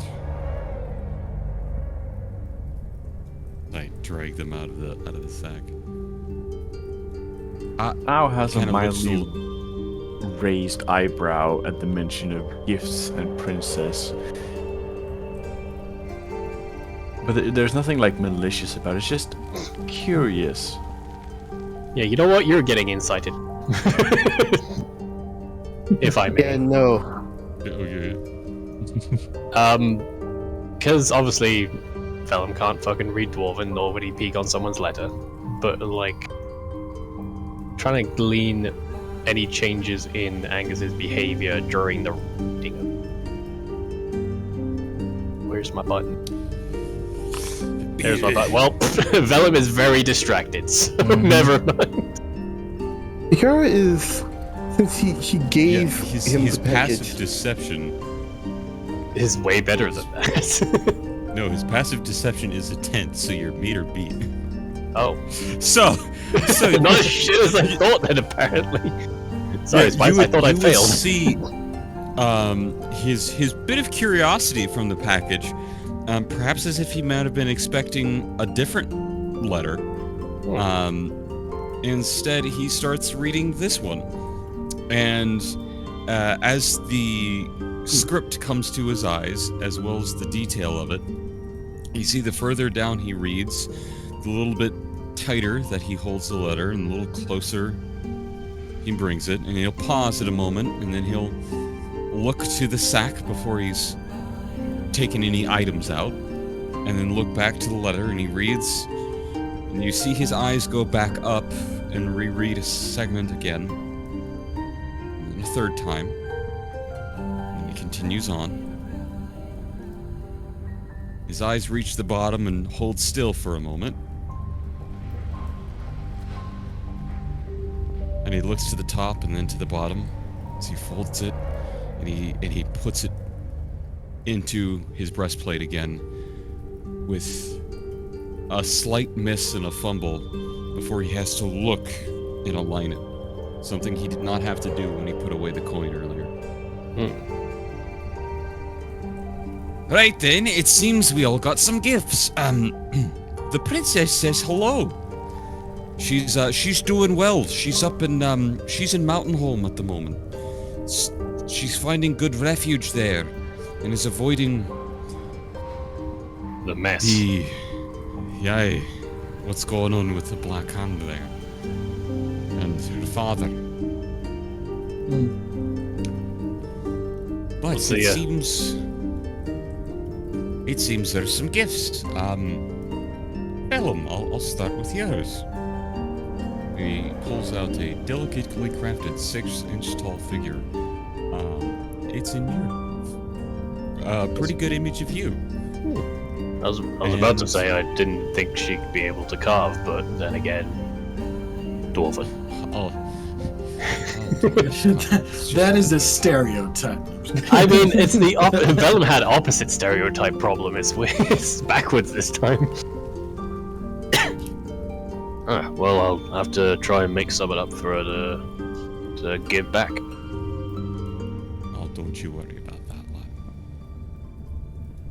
He'll carefully take it. Of course. I'll wait until everyone else gets theirs before doing a bit. Alright. Would you like me to just put the statues in the item pile so that way everybody can grab their... Oh, there's an item pile? Oh yeah. Just go ahead and drag out the statues onto the canvas there. It will just automatically. Yeah, that would be easier than trying to send everyone in. Yeah, it will just automatically create an item pile with for it. Or it should, unless you don't have permissions. Let me try. I'm just taking a little screenshot of them.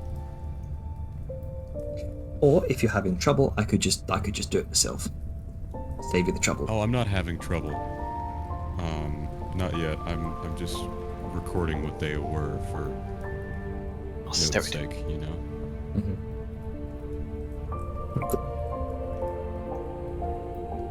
Snick is snicking around. I'm just giving a lot more room if there's going to be an item pile. Fair. Also, if you want to rotate yourself, you can hold shift and the scroll wheel. And it'll rotate you in increments. It's fair. So I have... You can also get a finer rotation if you hold control. Yeah, control's the tiny one. Bronco's. Sorry, I just saw the Grunka figure. You are goofy today, my dude. No, look at it! It's like... Oh boy, it's life size. Target selected. It's life size, 6 inches tall. Hell yeah. This is when we realize Grunka's actually super tiny. Actually, he's actually been a fucking fairy this whole time. Hey, that's good. Do you want the Spear of the Stormlord? I wanted to ask you that. Damn it, Angus, you moved so I can't click on my thing now. Hold on. Oh, sorry. No, you're good.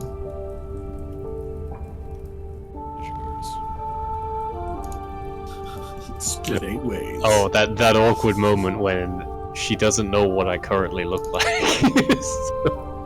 Yeah, it is very It's distinct. accurate. Yeah, it is very distinctly your older set of armor. And less scars than before. Mm-hmm. Both physical and mental. Yeah. you can really see This the one trauma has a in his smile. Yeah, look at You can see bright-eyed the and trauma in his bushy-tailed he eyes. I is. made sure to carve that specifically. Yeah, you can see the hope and dreams in his old. And how they've died. So, question, Jenna, are they to scale? So, like, Vellum was 6 inches tall. Was mine 10 inches tall? Yours is 12, I think. yours is 12 inches tall. So they're roughly to scale. Yeah. Roughly. I mean, would you try being a dwarf and measuring the height of a mountain folk? It's like, it's just around that. It's Just fine. judging by Close the enough. eye. They're as close as our minis will get. Where did that go? Picked it up. So you all have small figurines and a massive effectively a massive D20. Oh, hang on. These are different. How big was it? Did you say, Jenner? Yours pick yourself. No, the D20. Oh, that's the icon of fate.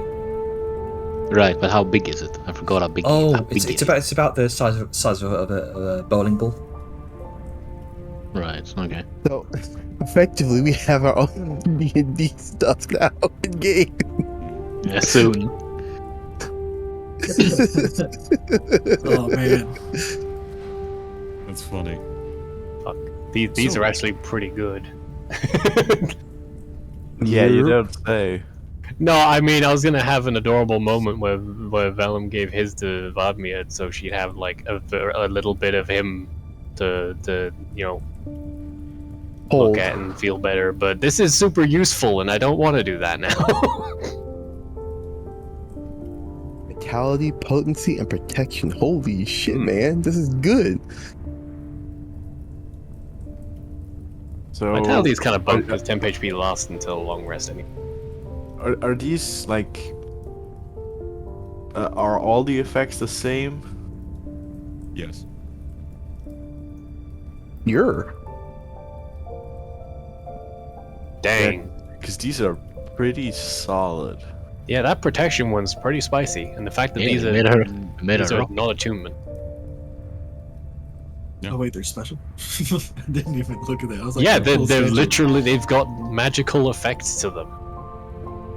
Yeah, I have to it's. find where they are in my fucking inventory. It's Under in equipment. That's where I put mine, I think. Yeah, it does. Yeah, somewhere. Yeah, equipment. Handcart figurine and equipment. And you choose one of the minor effects, vitality. Gain 10 temporary HP for 1 minute.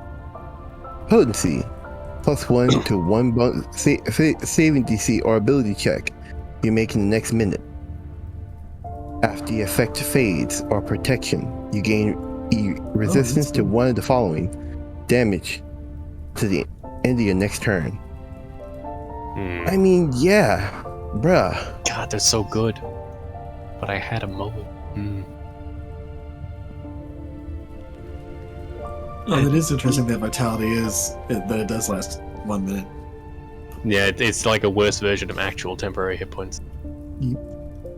Hey, Yeah, it's see good how in the it's a pinch. Free little statue. It No, makes I sense. mean temporary HP lasts until a long rest, or until you lose it. Yeah, well, To be this fair, is just funny little statues. That makes sense. Fair. it is also a non-attunement item. It is that. Yeah, that's that. I mean, the protection's going to be the biggest one. Just being able to resist one of the main damage types.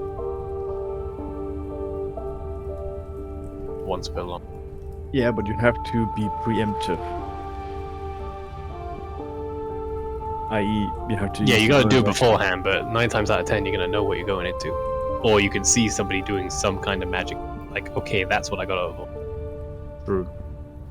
Yeah, they're gonna be really fucking useful going into the next couple wings. Till the end of your next turn. I mean, first off, to have 2 type of protections on.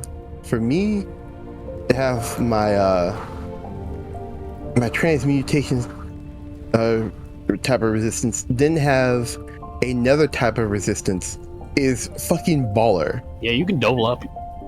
To be fair, you are primarily a caster wizard with next to no armor proficiencies. Yeah, you kind of need them.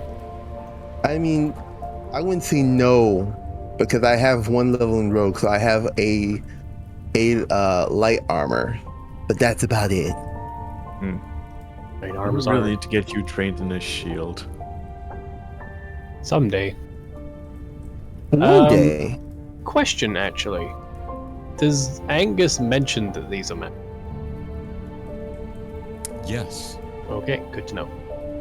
That is one. We're of the all sitting things here that looking at it, but all we he'll, know is we've been given the you statue. know, he'll pull them out and he'll look at them and he'll recognize. And he'll briefly explain what they do, somewhere along the lines of, although they seem simple figurines, I can sense within it some runecraft. Potent ones, not so much to occupy your mind, but ones to bring vitality to you, or for the briefest time bolster you against the elements, and even more. It's a simple but good little trinket. It's a good sentiment. Hey, if you're not sure of who you are, well, this is how the world sees you. It's how they see you. So, are these like tied to us, or can anyone use them? That's a good question. Mhm. I think anyone could. Okay. Just in the same way anyone can get their strength from you when you help them. Yes, yeah. Hey. Well, lads, This was a nice we have some surprise. time left in the day. Anyone wish to do anything? Did have something I wanted to work on.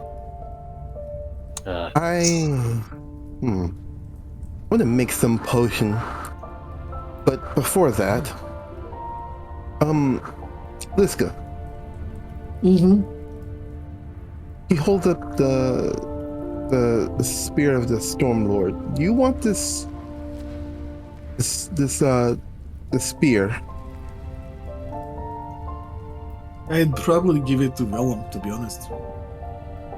It's Okay. one of them ones you gotta focus on, right? Yes, you have to attune to it. I'm kind of already at my peak with that. I've got too many of them things already. Okay. I mean, good to have on hand, but right now I don't really need it, and everything else I've got is kind of too important to not have on. You know what? I'll hold on to it for right now. Yeah, Liska is just like, yeah, I don't need much to. I don't need any more to attune. I have. And she like holds up the Azulash. Like that, just like, I'm going to try this out for a little bit, just to see how it works. Well, no time like the present to at least learn something.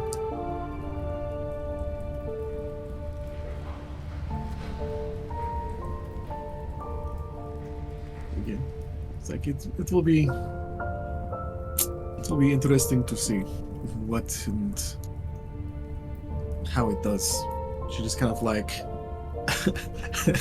I'm sorry, I just picture her in my head. She just like presses a scale and suddenly like a lightsaber just kind of like pours out, and just like, oh yeah, and she starts like whipping it back and forth. It's not a Sequences. lightsaber. It's a lightning saber. I mean, it could pop out like a lightsaber, except that it just goes flaccid and, you know. Oh god, the wording. I mean, how First else are we the gonna Saxon, now fucking say it? I see a know, Schwartz but- as big as mine. Oh, that's a fucking reference. Okay. Space Um, balls. But I think with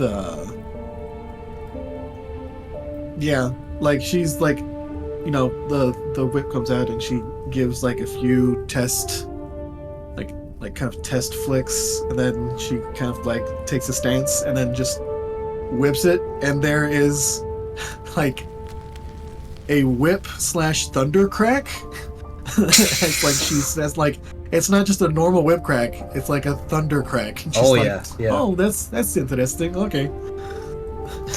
Cracks whip and knocks everyone over. Like, this is going to be fun. Here turns to Vellum. Right. When I went up top, it was just almost about daybreak. Just to let you know. Oh, I could tell. I don't know how, but I could tell. It was nice to see Guy again. Well, it's not like we'll be down here forever. I know. I might do some praying, but after that, Sal, are you busy for a while? Kinda depends. I thought about going over some of my ideas and see if I can tinker something up just for a bit as a break. But what's up? Well, things are getting a little more dangerous, so I think since we got a long while, could get that attachment onto your gun finally. That would be very useful. Yeah, I figure it would be, and the better equipped we get you, the better things will be. Just as a side note to that,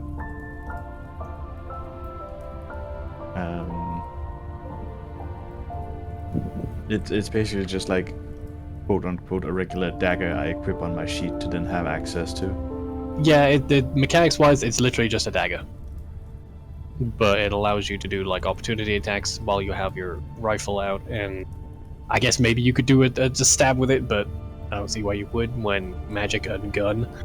But functionally, yes, it's a dagger. I can just go ahead and just stick a dagger on your sheet. Stick a dagger in you. I was wondering because I could just attach my +1 dagger. Well, this would be made of erudite, which would give you a bonus on your spell attack rolls. So, You know what? That works too. that's kind of why I went for it. So go ahead. It's like, hey, do you want to be more dangerous and have like a fucking conductor conduit on the end of your gun to make your spells go brr? Anyway, back in character. But yeah, the better equipped you will be for the next stuff, the safer you'll be. That's the hope. I'm gonna need some time to pray though, so is that alright? I'm not exactly in a hurry. Right, I'll come grab you in a bit then. And after that, Vellum sort of like starts heading off to pray, but then he's sort of just as he's going, he's holding the figurine and looking at it, just sort of seeing. It's a little jarring for him, honestly, seeing the face of who he was before Mortisax happened. And just almost like in the sheen of the obsidian. It is obsidian, right? You said it was obsidian carved? Black marble. Black marble. It's sort of in the sheen of the black marble. He catches like a glimpse of his face in. And it's a little perturbing, but he remembers what I think Angus said a moment before about this is how people see. This is what others see when they see you, sort of deal. And then he just stops. Vladimir, Uh-huh. come here a sec. and he'll sort of take a knee. He kind of scampers up to you, hooves clopping across the stone floor. I know it's probably going to be hard, you waiting for me to come back, and it's probably not going to get easier. And as tough as I know you are, it can feel lonely. So I want you to have this. It's got its own uses, as you heard, but at least when you're missing me, you can take a look and feel a little more safe. But- And he'll gently hand it to her. But me, I thought that was for you. It is, but I think it'll be in better hands with you. I'd feel a lot better knowing it's keeping you safe, keeping a watch out.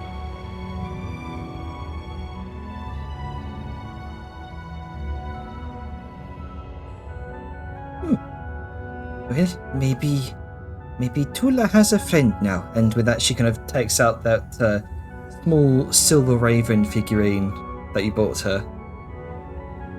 Kind of looks at them both side by side. There we are. And he'll tussle her hair a bit. Now I'm gonna go do my prayer, and then I'll head off and do some things with Style. You stick close to everyone and maybe pick Dejar's brain a bit about some magic stuff, alright? Oh, Vatme has been meaning to ask Dejar about a few things. Sure. Well, have at it then, she's right there. And And give her a smile. she pops off towards Dejar. And for the meantime, is just prying her with all sorts of questions about how the creation of magic spells works, and everything of a similar sort. I'm sorry, but you had it coming.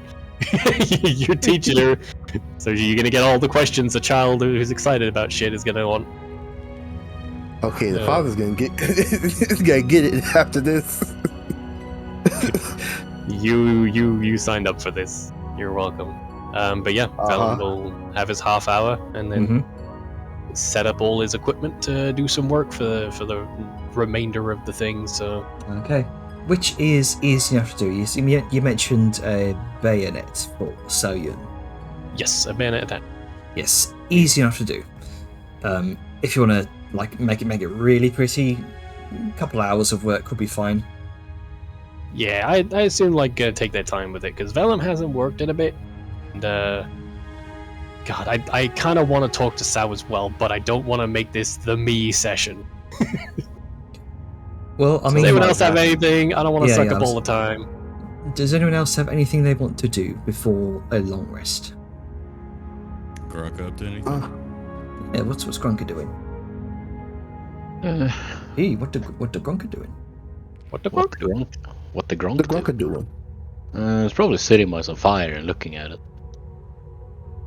And it's probably having one of those, what were they called? Essence of Flame. It's kind of looking at it. Mm-hmm. You see the essence of that flaming essence in the small jar, kind of roiling and crackling in your hands. You can feel that it's hot to the touch. You hear the singing of the singing of the flame, as you recalled it.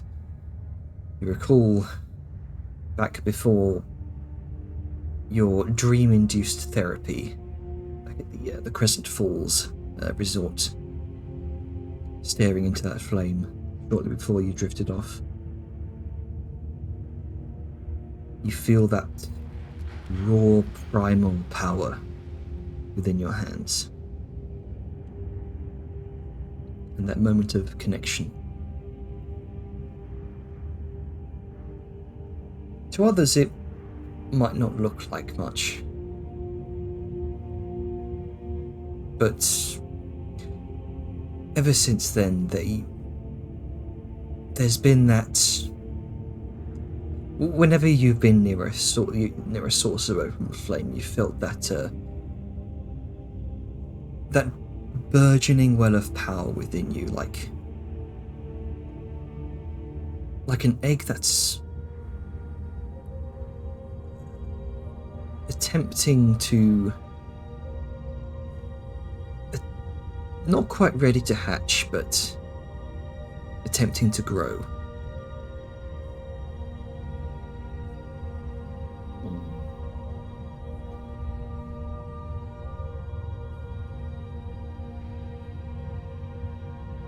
I'm just gonna look back to the fire. I'm just gonna stare at that for a little bit before he's gonna take out Eld and is gonna put the essence of flame back into the crystal. You Or attempt to, at least. unscrew the lid of that jar and allow that essence to flow freely as you hold up the axe.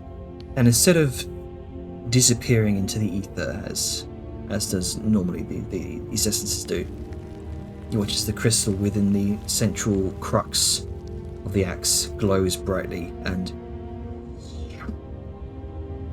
vanishes into the beyond.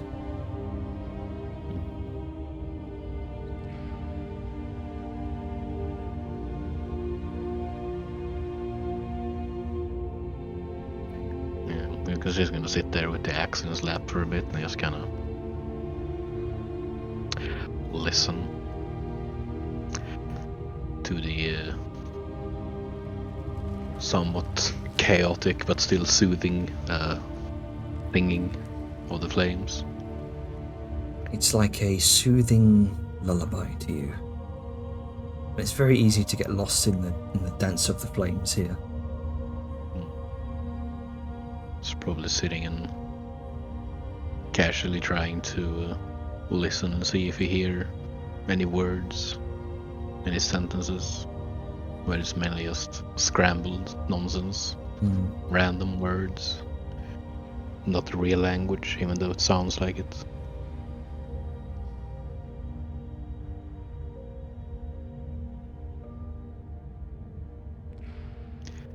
And that's what he does, I guess. Okay.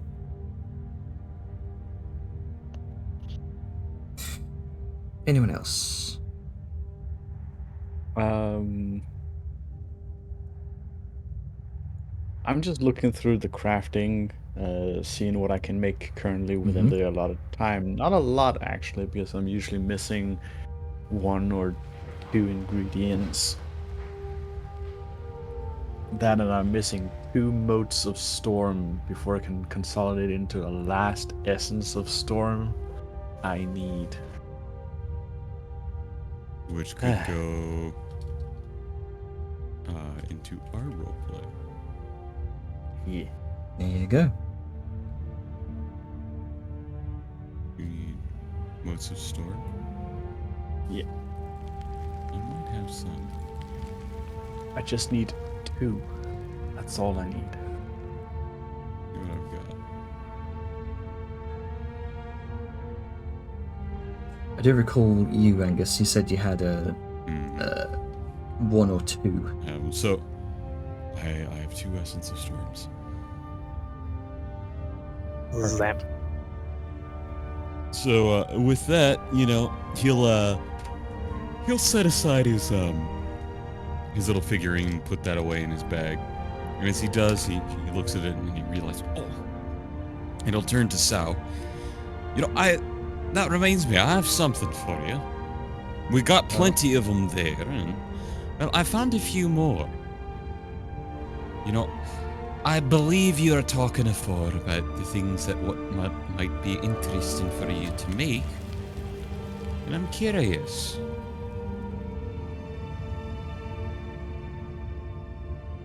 Would these help you? She gives a brief look over and does the short double take. Pulls out. And he's storing these ones in, because of electricity, in little wooden salt and pepper shakers.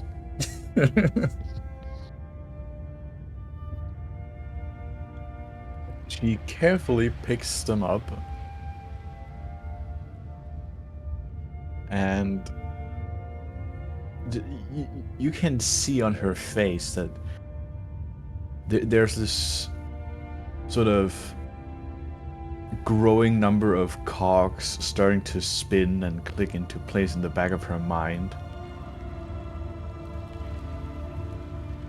Oh, you may just have saved my project.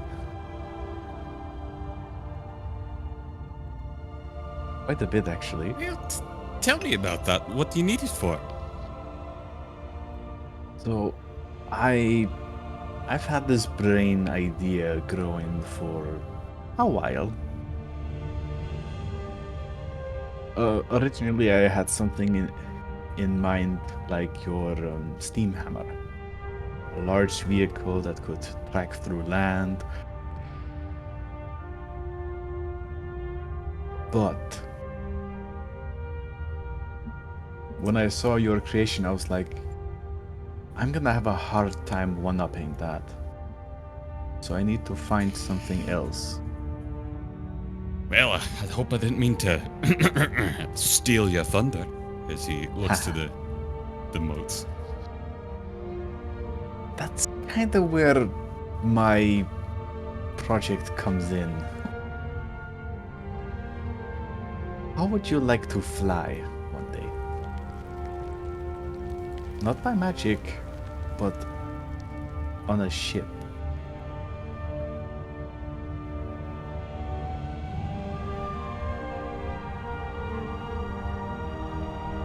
Because that's my idea. There's this little pause, and he looks down to his feet. That would be a wonder. I can't quite say I want to. That's only because any time I've ever flown, it involves a fall. And we dwarves, well, we like to stand on something solid. But if you could have it in a way that doesn't have me fall to the ground and smash every bone in my body, well, I would love to see that. Likewise. I have two ideas, kind of. First one is more of a proof of concept, so I don't end up, spending a small country's fortune on a project that goes nowhere. Yeah, who would spend a small country's fortune on a test on the first try, right? You can just tell that I was being slightly sarcastic because, yeah. Because that's exactly what Angus did. But it worked out. But I'm not a dwarf. I don't have the foreknowledge of crafting.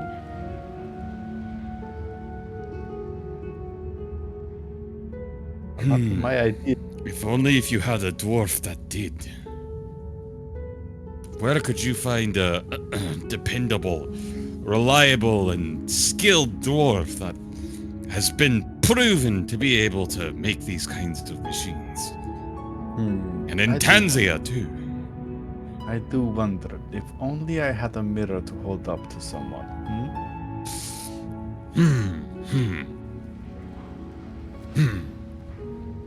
Kind of smirks and raises a big eyebrow. When the time comes to start your testing, let me know. I will. And depending on how far in the future, come build it with me at my temple. More than then you likely, wouldn't I have will just need- one, you'd have, well, an entire clergy. Me and my boys would love to help you with this. I do know one thing. My proof of concept is gonna take like at least 12 weeks of work. Just for fine That's adjustments. not something you make on the road. That's something you make in a well-established place. I really think you should make that at my temple. Consider this not just an invitation, but a request. Your request has been accepted. You just hear like she's playing up the tootiness of it. Oh, no. Oh, thank you. As he kind of like puts his hands to the chest and wiggles his head and bows like he's some sort of Carthan noble.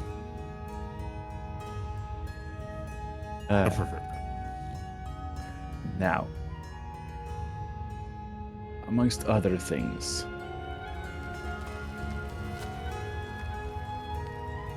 another idea, and I kind of need some help with that. Tell me on it. What is it then? Flipping through her little notebook, he stopped for a moment, and then holds it out to Angus. And what he sees looks like a small handheld apparatus, like just 2 feet long at the longest point, 6 inches across. Like it's more of like a metallic set of tube with like a stalk at the end, with weird cylinders or vial containers along the top. And the muzzle looks odd, just 2 narrow slits. He's gonna look at it for a moment. He's gonna... Do you mind? Oh, I'll just reach out, hold on, and he'll kind of pull it closer and pull it apart like he's trying to find that 2-foot spot where he can focus on it. And he's looking at it. He kind of squints and looks back up to you. This... It looks like my crank gun, but if it shot... What is... And the slits here? Does it shoot knives? No. It shoots fire.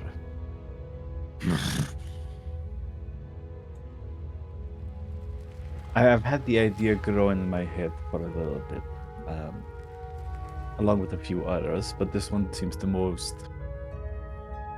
tangible. You know, I've had a bit of a similar thought. I've had this reoccurring dream with me on this lake of molten metal and slag forming these islands, right? And some of the dreams, I hold these great chunks of flaming slag in my hand, and like a gust of wind, it spews forth from me this bit of molten slag, and it's something like a bullet that you have, or in other ways, it's like a bucket of water splashing over.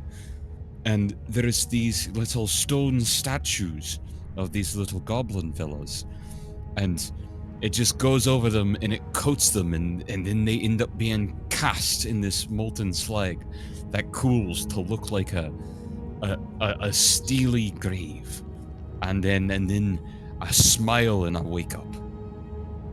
I could this do something like that? My idea is not that molten, but it is very similar in a way. 2 different takes on a similar idea, I would call it. I think so. That could be something we could work on. I hadn't actually considered molten metal as a form of ammunition. It always felt unwieldy. I'd use a dragon head instead of the slits, but you know what? I see what you're thinking about. It wouldn't be unwieldy to me, but then again, I'm a dwarf. Nothing's really unwieldy. That is true.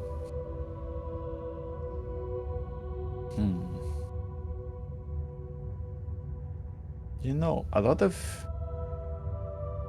the items and component parts we would need to make either of our ideas overlap quite a bit.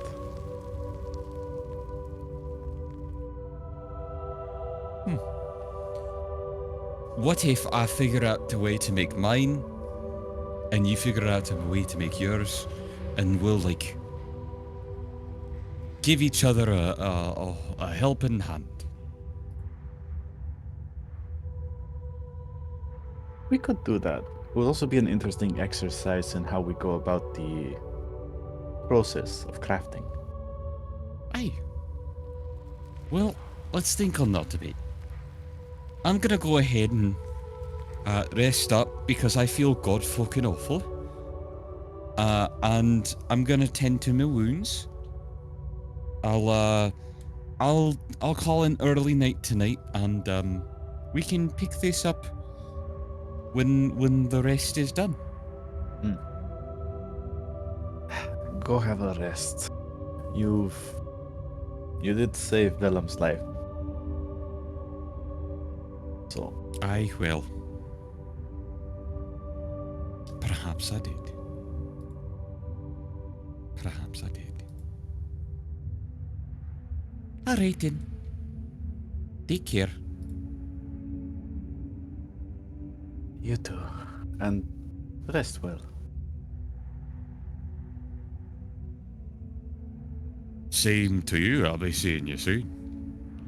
And with that, he hops off of the little sitting stone and meanders over to the tower. All right. And with that, am I to assume a long rest happens? I believe so. Let's get things going. All right then. You all take a long rest without much issue. Go ahead. I was clicking. I'm clicking. My sheet is being slow. Probably because everyone's trying to take a long rest at the same time. I'm waiting on it.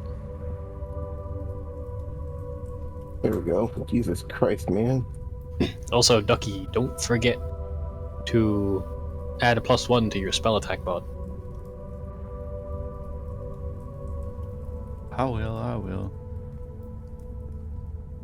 Gotta get them big pews. Right, Anita? Make sure to prepare any spells going into the next wing. I'm attuned to this What is the poison. next wing we're going into? What did we Earth. agree on? Fire. Earth. Wind. Water. Heart. Yeah, we're going into the Earth one next fire goal. So that would be So- poison. Captain Planet. Anything related to do you think might be related to Earth? Because we have no fucking clue what we're going in. Can I do a like a history check or something to sort of learn, maybe discuss with Ida some, to learn a bit about this specific culture and what we may expect as a result, Sure. just from how they operated? Go ahead and make a history check. Tanner, Mm-hmm.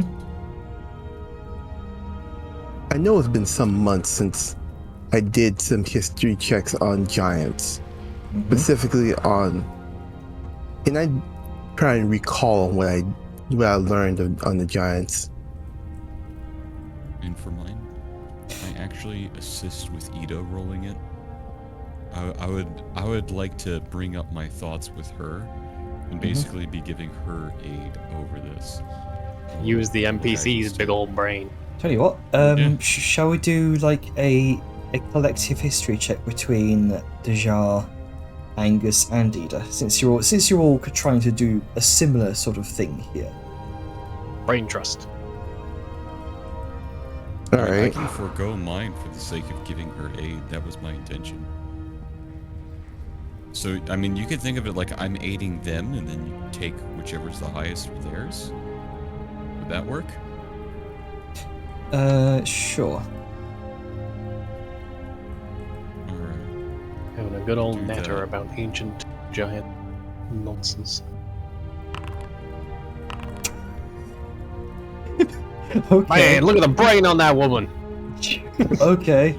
Wow. 33. Okay. See, that's why I wanted to do it. It's okay, Spike. She's a canon character. She's supposed to be broken. I'm not too still did really bothered. well. You rolled a 19. Right. So, effectively, with a 32. Oh, I'm getting pings here. So it's you who's getting all the pings. Yeah, sorry. I was wondering who that was.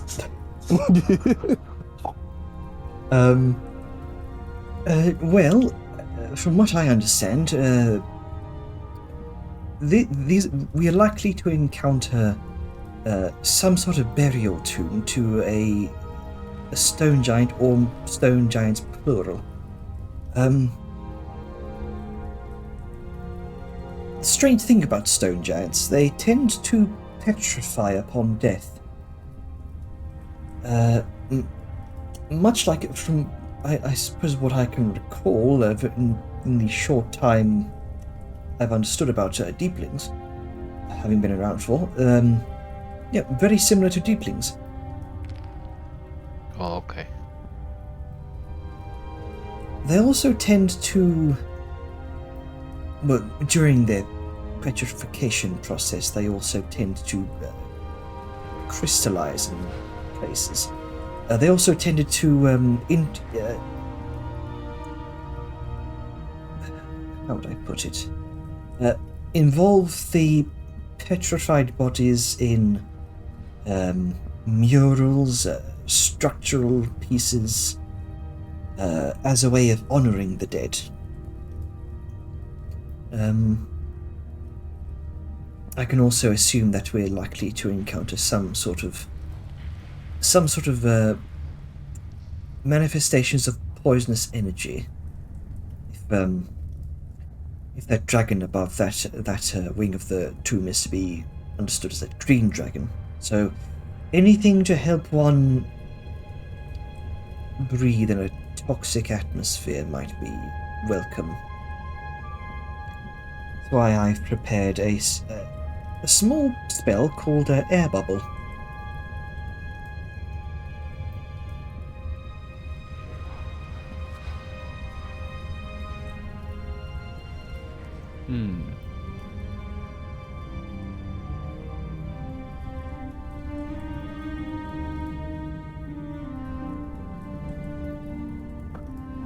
I have that spell as well. Then that might be wise to prepare as well. That was my thought as well. Well, I got something that covers a large area if we can't do shit. I don't want to use it, but it's a good for last resort. I should be alright in most cases. I've got a mask here somewhere that's helps me breathe in rough environments. Perfect.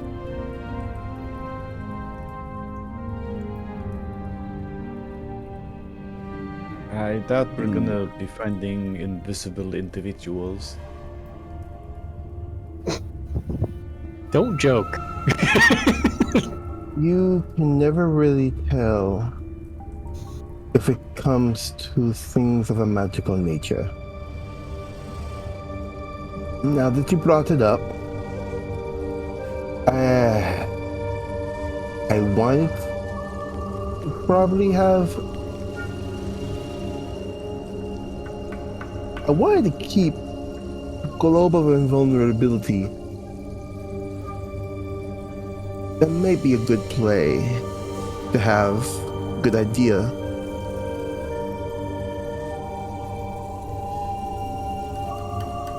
Well, whatever best judgment you got. Could be fucking anything down there. That can help us against a lot of spells.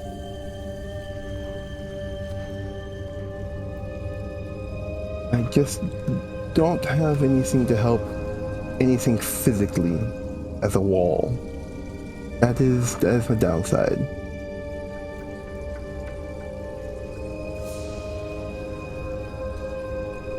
I've also got some antitoxins. If anyone needs one, grab one.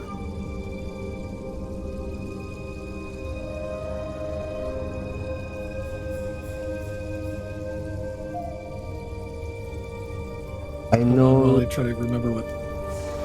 Antitoxins just give you saves advantage. Gives you on- advantage on poison saves. I know For 1 that. hour.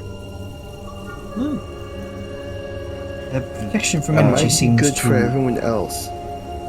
protection from energy seemed to work well last time, so I think Tully and I will keep that on hand.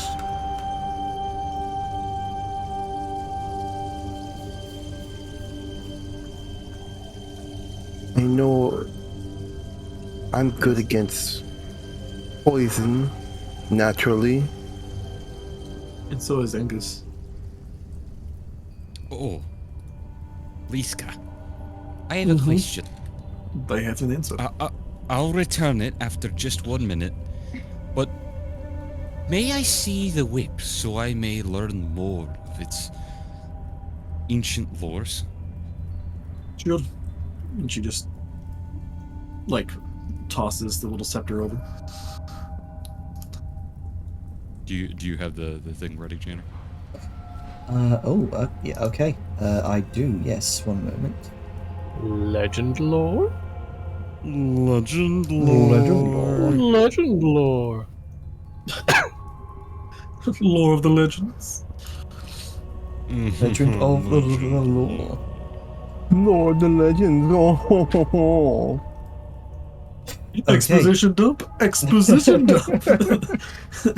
And, You get and Angus will recite. recite his visions so all may know Sure. while we're all kind of gathered here before bedtime.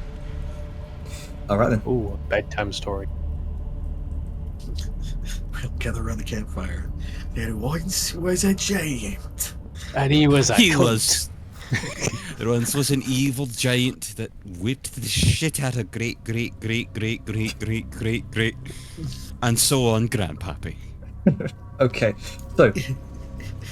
So how does this legend lore spell take appearance? How are you casting the spell? So as he does so, he places down a little holy symbol. I believe this one will be of what trim, if I have my lore correct here. Yes, that would be the that's- ancestor god of death and the afterlife. Mm-hmm. So he'll place down a little holy symbol of that,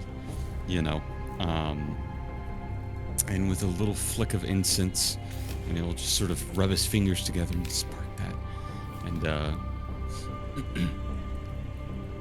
ancestors, those who bore the scars of this, I call upon you. Tell me the lore of Azulash.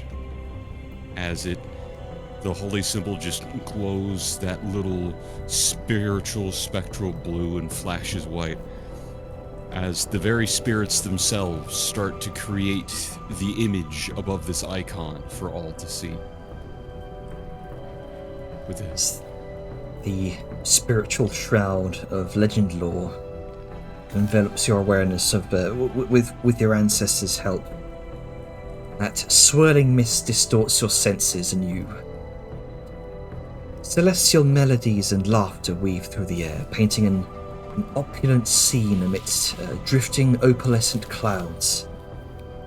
The plentiful offerings of succulent apples borne by a devoted retinue elevate this scene, this surreal tableau, if you will. These select servants orbit your authority, where serving you defines their existence. Hunters meticulously cater to Fulminax, echoing the profound spiritual connection shared between you and the mighty dragon. Suddenly, discord shatters this tranquil setting. A dispute ignites among your retinue, your servants, which claims a lower status servant their lives amidst the chaos, fueling your overwhelming surge of fury and grief. More memories. You, the pinnacle of authority, commissioned Azulash, a symbol of dominion, fashioned from Svolnax's revered scales, freely given. Originally a scepter, it transforms now into a punitive lash, your hand administering discipline while sparing fatal blows in self-proclaimed benevolence against this servant that murdered another servant of yours in the chaos. Unseen by you or your court, the punished servant harbours a burgeoning malevolence, invoking mystic dark curses against you, and then escapes servitude under the cloak of night. An insidious malaise takes hold, hidden from rivals, as fevers and darkened veins gnaw at your vitality amidst your escalating punitive measures against disobediences. Madness begins to claim you. Eventually, those who merely displease you are fatally punished. Isolation and torment become your realm as former allies distance themselves. Then you think to yourself, no, they were never true allies to begin with. Sickness prevails, rendering you bedridden and delirious. Storm clouds gather ominously around your fading spirit.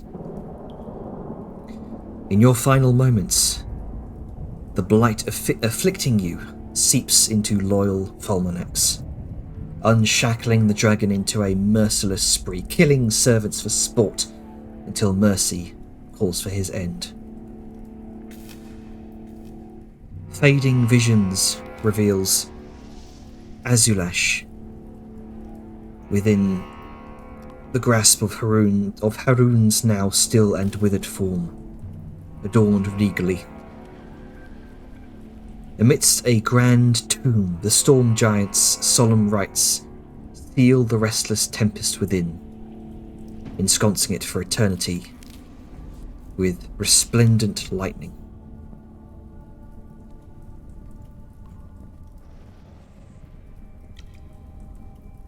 And that's what you know about Azulash.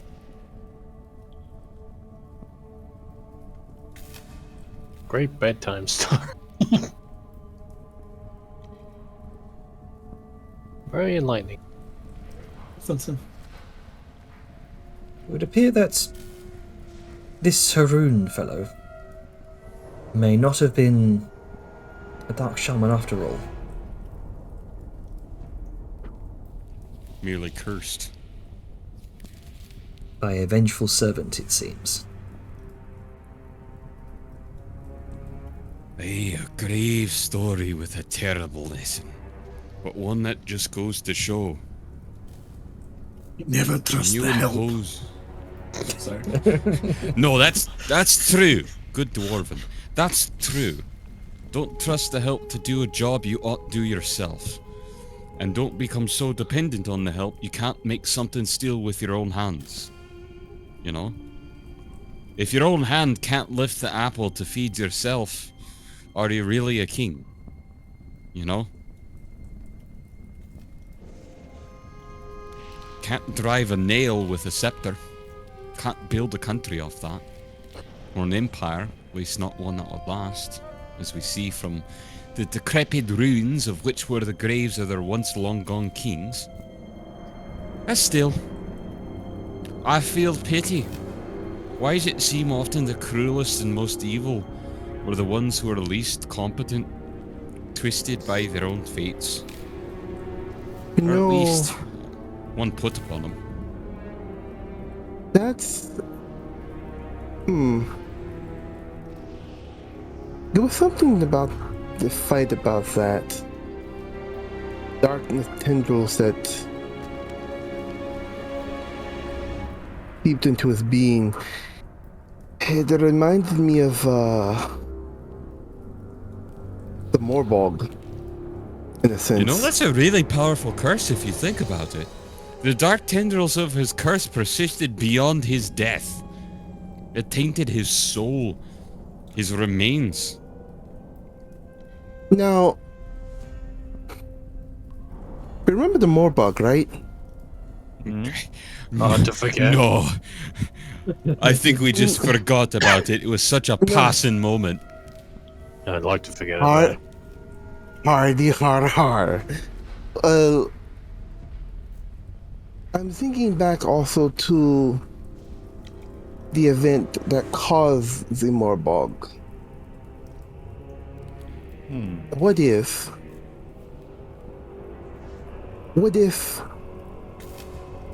these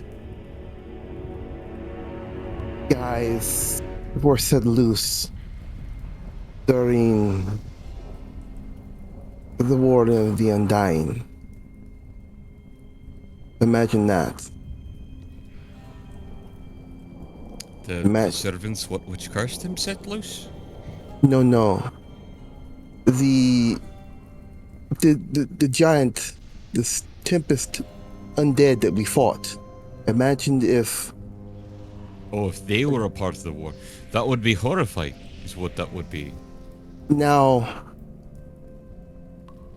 before the War of the Undying, there was nothing trying to bring back the dead. So why would there be any cracks in something where the dead would belong?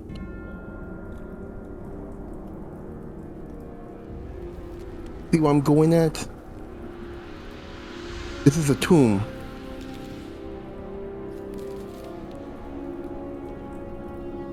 If someone wanted to bring back the dead, and this is rife with the dead,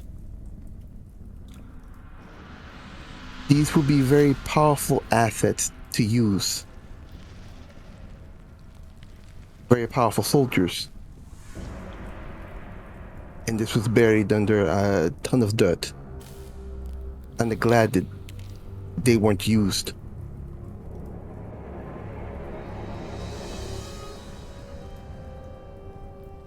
And nor their weapons.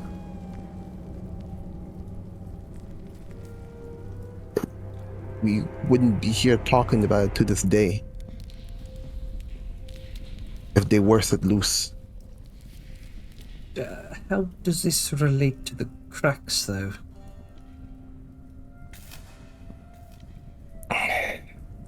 I'm thinking, and this is just Tashara's making an ass out of herself.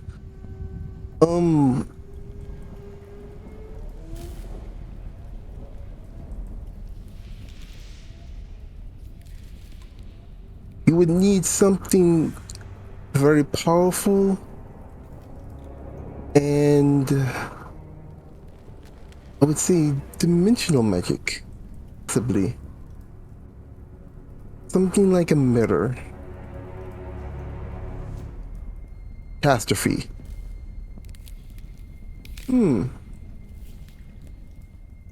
Something to change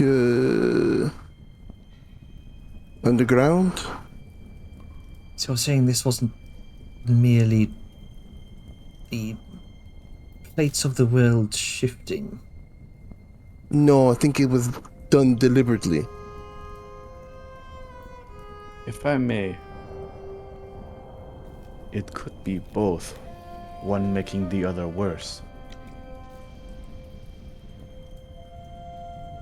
Think of it like this: you have a fabric, and you take a knife, you cut a small thing.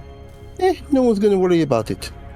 But if someone takes the two of the fingers and rips a bigger hole, you got something to worry about.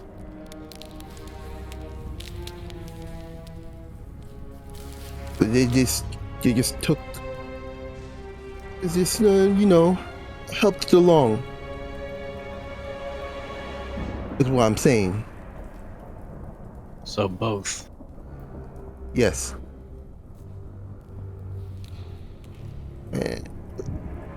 I'm thinking the more tombs we delve into, the more we're going to find out who and why. Then I suppose we best get a move on.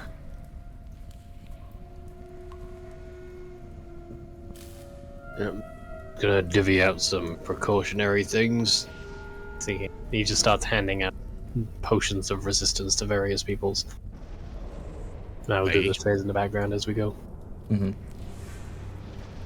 Let me mechanically get ready for all this. Where is it? Where is it?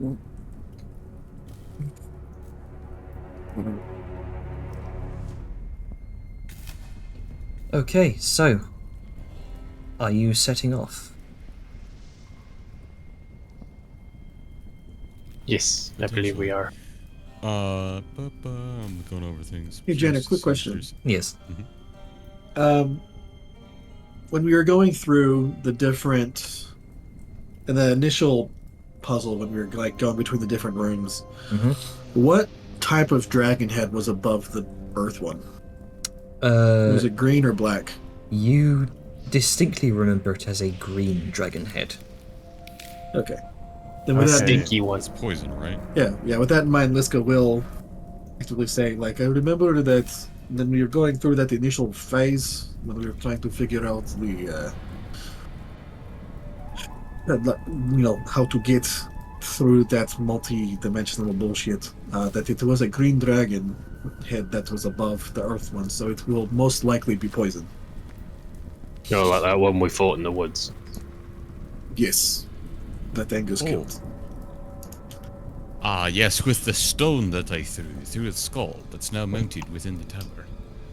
Yes, I was very clever in doing that, I do believe. I would have to agree. Animate objects, very good. It is good. Very good spell. And he was definitely there for it. Yep, definitely there. I mean, isn't it a bigger bragging right to say, oh, I killed a dragon with a sword, but then you come up and hear somebody say, oh, I killed a dragon with a stone. Stew. Stewing. I hit him with a stone and I went off and I right tatted him right in the temple. It's actually that same stone, that very same stone is still wedged within that dragon skull. It's that potent. Alrighty, that leaves one potion of resistance for both elements for me. Okay. Just a side question. Should I have Featherfall prepared? Given like- that we're going to be in Earth, and there may be some chasms, we don't know if there's going to be anything dealing with mudslides or anything. So it might be a possibility. Yeah, I'd take it. I mean, we went to the lightning and thunder place and there were chasms, so I'm pretty sure it's a safe bet that with some. Next question. Go ahead. I'm thinking about unpreparing haste and then preparing something else. Yeah, it hasn't really been coming in super useful. Haste is good, but it's not a everyday necessity. If you got something in mind to replace it, do it. But if you're not certain or you don't have anything in mind, keep it, I'd say. I'm thinking protection from energy, because acid. I've got protection from poison up. Yeah, though this might be more. Again, with the green dragon, it might be more Poison than acid. poison than acid. Then I'm gonna prepare protection from poison as well, just so we have more area covered. Yeah, I mean, we've got potions if you want to save slots, but they're there if it's good to have precautions ready.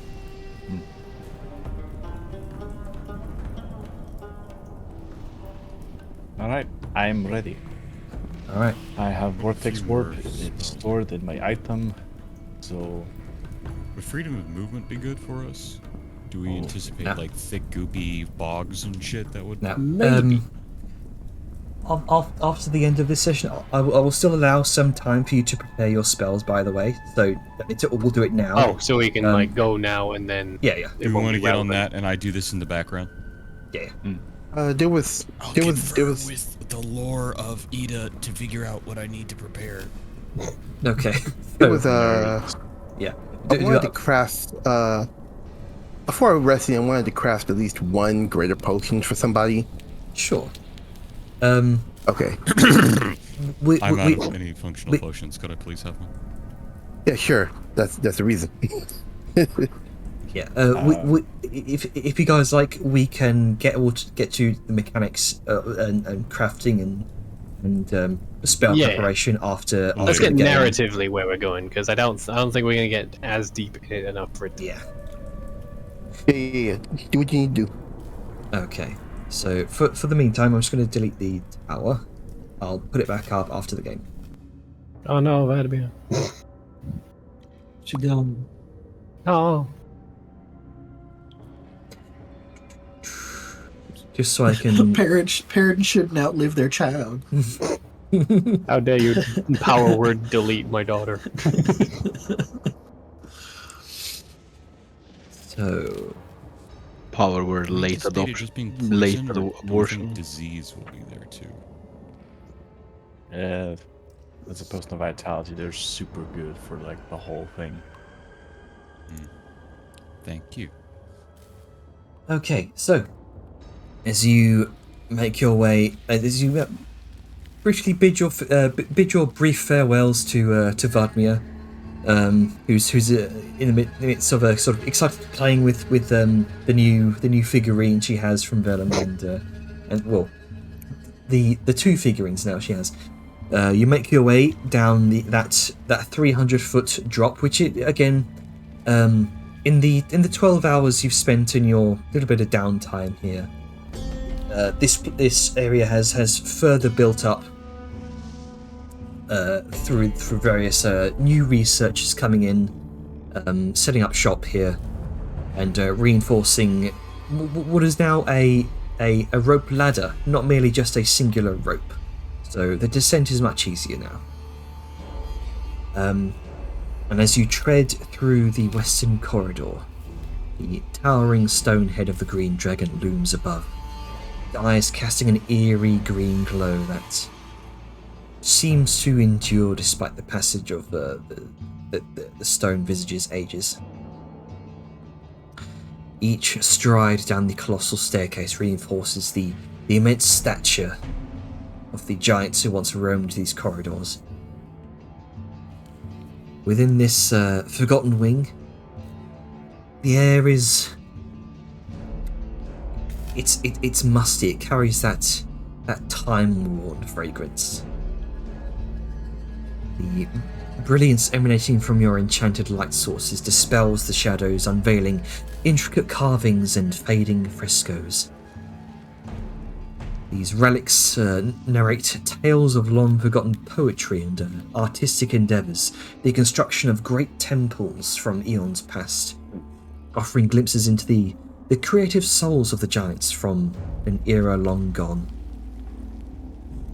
The stone within these halls appears noticeably sturdier than elsewhere, adorned with meticulous, almost fractal carvings that seem impervious to the passage of time.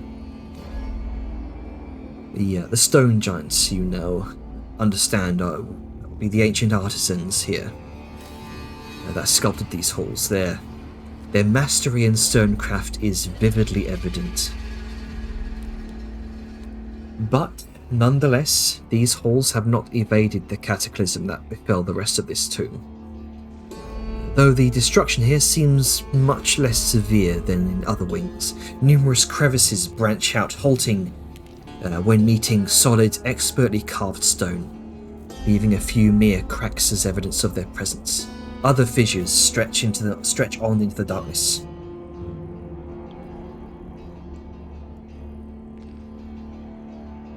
Again, if you want to say anything, feel free to interrupt me. Are we good? Just taking in the awe. What's the the marching order here. Same as it ever was. All right, so left would be the back end, right would be the front end. We really need to standardize this shit. Unless it's a leash situation, it's pretty much gonna be the same every time. Okay. I think Angus was more towards the front middle. I know Sal was nearer the front because eyeballs, or was Grunker near the front because eyeballs? I think I think Salyun was both. up close to the front. They were both kind of there equal. Like Yeah. they were two in the front, and then there was Angus in the middle behind. Velm was sort of right behind Angus, so he's in an equidistance of the squishies. And then Yeah, that makes Liska sense. was, I believe, towards the rear because of reach and to protect the NPCs and our flank. Okay. Alrighty. Because it's a lot easier for her to go through us to get to the front line. Then the other way around. Yeah, and also reach and stuff like that. Alright, remember this, Jenner. This is how we do. Okay. Are you good with that, Avon? I mean, In fact, you know what, Sure, I guess I'll if- just screenshot this. if y'all just want to do it, because I remember being Sao, Rucka up front, Yeah, I do and remember then it being different. Liska, and then like Vellum being more towards the back with the squishier folk. All right, I so think just we've got a Am good I amount confusing of... you two? Did I mix you two up? I think it was more like this, but I mean, it's like right now. What are we feeling? Because that's really kind of. I think this works because we got in the sandwich that is our party. We've got a good amount of meat in the right places. Like we got Grunk up front, he can take a hit. We got Sao, who's a little squishy. Then we got Angus, who could take a hit, and then we got Vellum, Heish. Maybe Vellum could scoot a bit. I don't know. And then we got Squishy Snack, and then we got Liska. And like Atlas said, Liska can move easier than a lot of us could to get where she needs to go, if need be. And she do have a reach weapon, and it's just a generally larger reach. Those are my thoughts on it.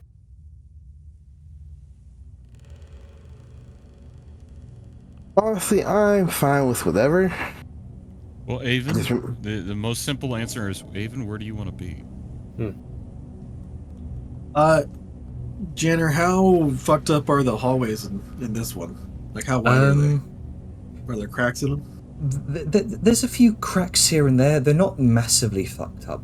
You can see a couple of crevices that kind of tear their way through the center of the hallway now and then, but they're easy enough for you lot to jump over. Again, the stone here, the carved stone here is a lot sturdier than the other wings. And how wide is it?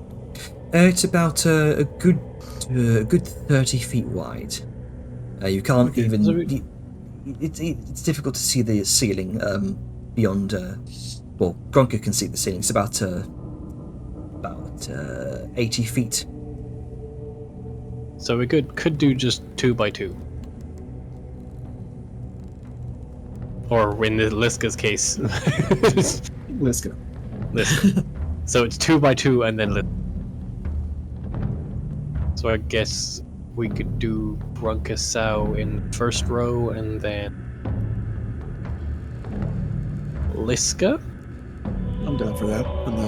and then Angus Vellum, and then Snack.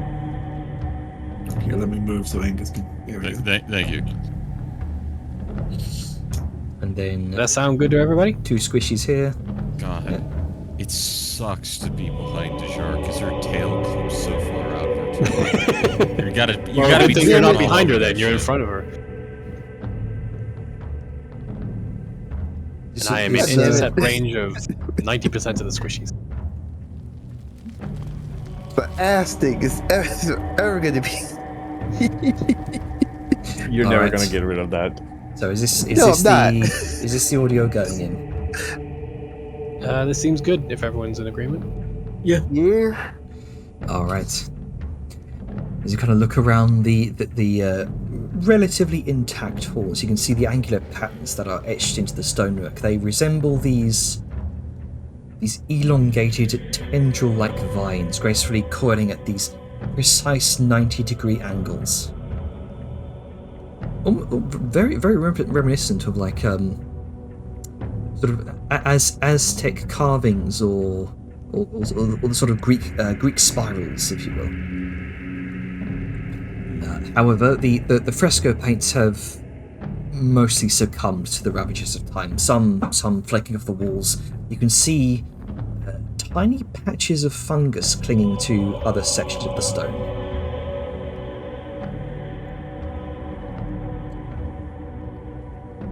And very, very gradually, an acrid stench permeates the air, accompanied by, weirdly enough, these deep, echoing creaks.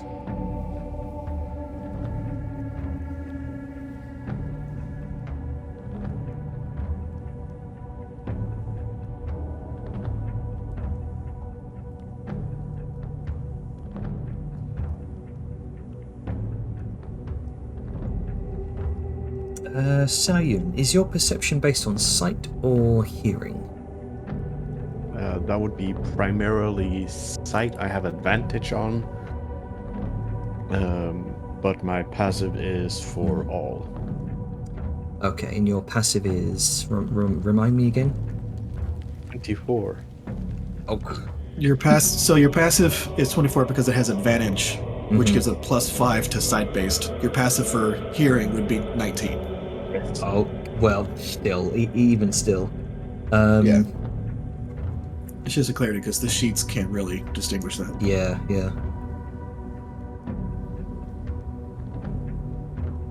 Our death ward would have fallen off, by the way. Okay.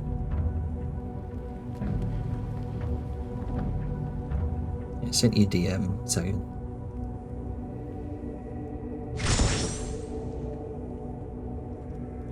What the fuck?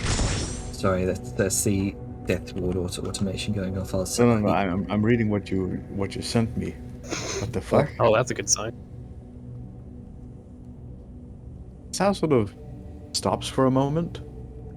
She sort of turns slightly, listening. Do you guys hear that?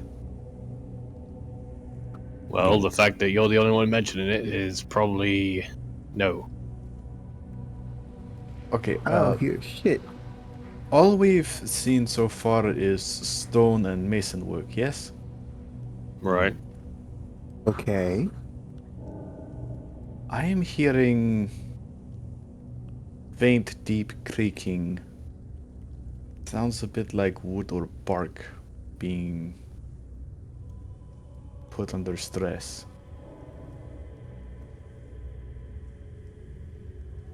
Like, you mean like a wooden bridge swinging or something?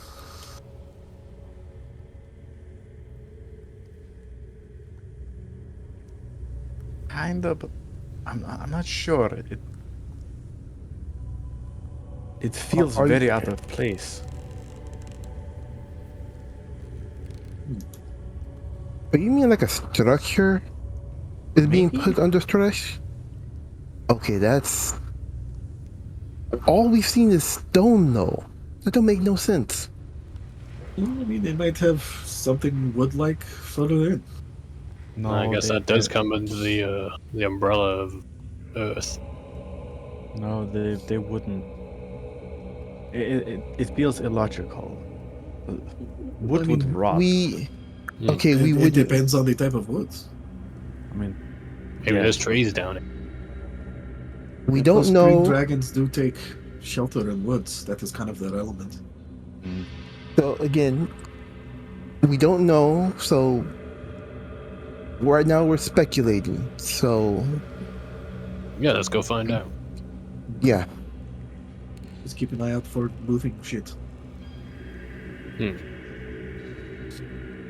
What's the air like at the moment, Janer? You can definitely smell an acrid stench in the air. Alrighty, the mask is going up. All right. Is it like an anesthetic smell then? Make a perception check. You stink. Damn, you stanky. Who farted? Let's see, perception. Perception, you say? 11. It's definitely a smell that sort of stings the sinuses. There is a faint, a very faint stench. That's pretty awful. I don't like this. Yeah, there What was is- that like air bubble thing that you had? Yes, air bubble. Perhaps it's wise I cast it now. And she's going to actually air bubble. That's 2 plus. So 3. How many people are here? 1, 2, 3, 4, 5, 6, 7, 8. If it helps, I probably don't need it. Oh, I think you're gonna 7 need then. it.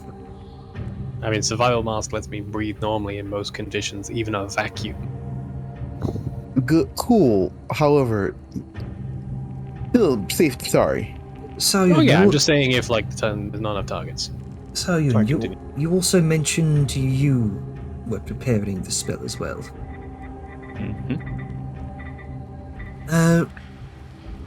Why don't we do? I'll do 4. Perhaps you can do the others. One moment. You know, I realized that thing has a 24-hour duration. We probably could have done that before we went to sleep. I mean, better to leave it as late as possible. Get the most out. Tanner, Mm-hmm. I mean, before the spell is cast, how tasting the air, how potent would you say the smell is? As you flick out your tongue as a naga, as a snake person. A Yeah, snake, so to say. Person. Don't you start this. Make me a perception check. Taste with your nose. 13. You can definitely taste a hint of like wood decay. Like a composty smell.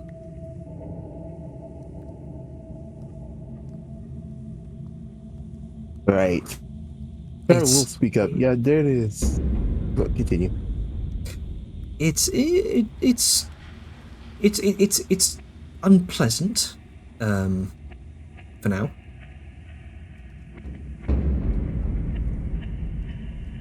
Right, you are correct, Sal. There is some wood. I can taste some decomposition. Some rot, if you will. And it's not pleasant. No, so that smell could be rot, and not like poison gas or something. Could be both. I can't tell too much from this distance. I can only tell this much. But it is decomposing. And it is wood. Alright, best to play it safe then. Do you do if you would? He gives you a nod and casts air bubble on Thule, Udajar, Uvelum, and Angus. Let's see Dylan with doesn't the- need it, right? Oh no, With the Venom survival mask. doesn't need it. Technically don't need it. Also, did she not count herself in that 4? Yeah, she should actually. She should count herself in her own spell. Ah, yes, good, I've got everyone covered. No. Suffocates, loses concentration. I believe be 4th level. Oh, no, No, what does this do? It's One bubble for the first cast. Every upcast is 2 extra. So she What should does it- have what does one it more do? person involved in that. all right. Yeah, so So let's get it. If she did it a 4th. It essentially keeps fresh, unpoisoned air around you, around your head. Yeah, it was the same thing in the when we went in the ocean. Same spell. Does not make you immune No. to the poison condition, though. There's potential prevents you from breathing bad stuff. You can still get hit with the contact shit. Yeah, the globe is filled with fresh air that lasts until the spell ends. Yeah. I forgot to target Grunka. Grunka is excluded from breathing. Yeah, we yellow dodge bubbles. Also, it's Like the bubble appears and he just eats it. yeah, Just chomping. He's like, "Ah." biting the 4 bubbles in the bath. As you begin to delve into the sort of dusty atmosphere, you notice around each of your heads there is this distinct void where dust does not settle or does not penetrate through. It's like a negative space, if you will. There's no visible bubble. Just an absence of. Yeah. But continuing on, the grand hallway intermittently broadens into expansive chambers bordered by these colossal statues towering at a remarkable height of 40 feet. These statuesque figures are slender in form, grasping massive pikes or glaives or spears. It's difficult to tell. Unusual among typical giant depictions you've seen so far. They sport these elongated, hairless heads adorned, and each figure is wearing these sort of plated and armored kilts.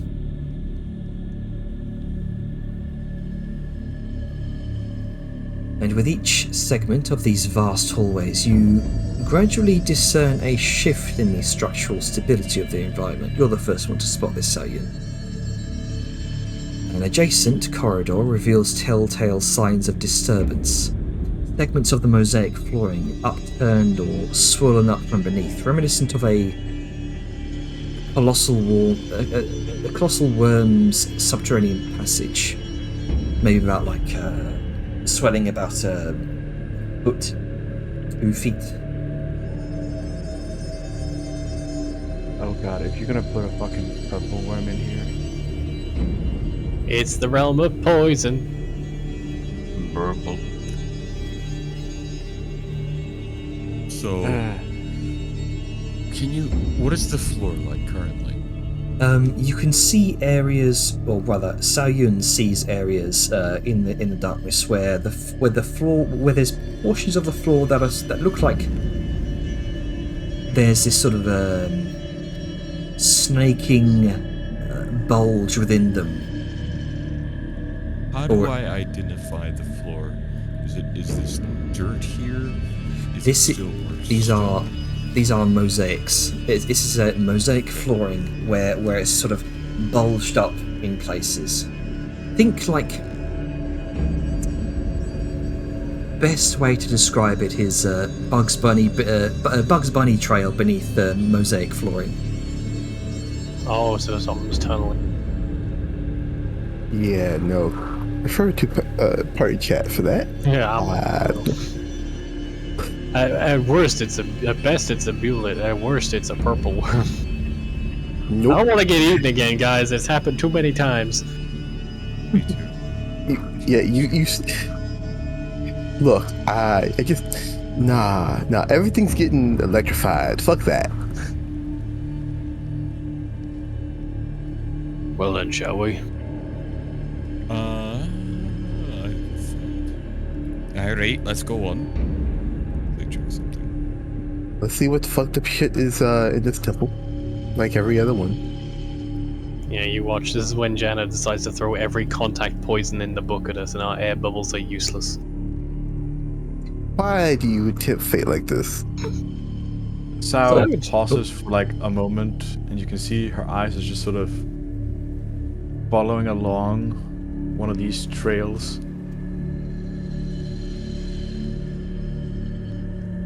I think something is here. What do you mean? I mean, Explain.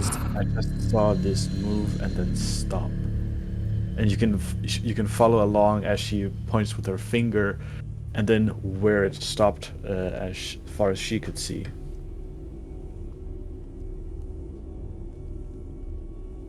Are you on a level of 1 to 10? How fucked up is this temple?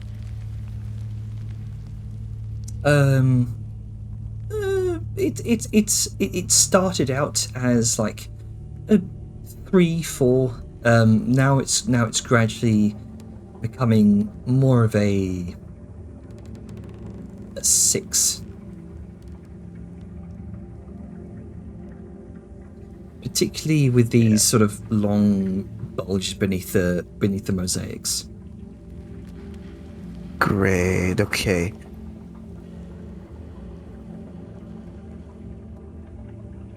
Right. So.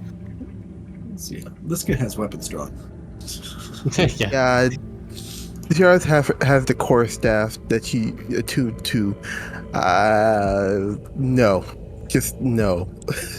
Right. So you said it was here and then left, or it's you can still see whatever movement it was. Sayun, you can see they're still there. They're still there. They're completely still.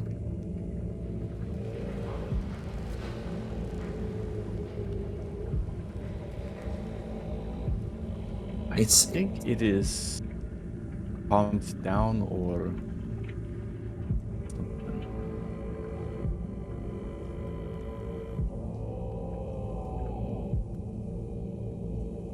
I don't know. Well, what are you seeing? What does it look like? Do you think I can see through the ground? You said you saw something. I didn't know what you saw. I saw movement. Okay, well, we're not gonna get anywhere standing here, so let's just be careful and maybe move slowly.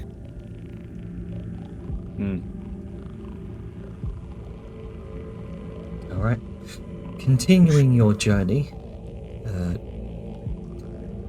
more of these disruptions in the mosaics seem to sort of ascend from the ground, sort of meandering along the walls and reaching upwards as you continue through the halls, becoming more common.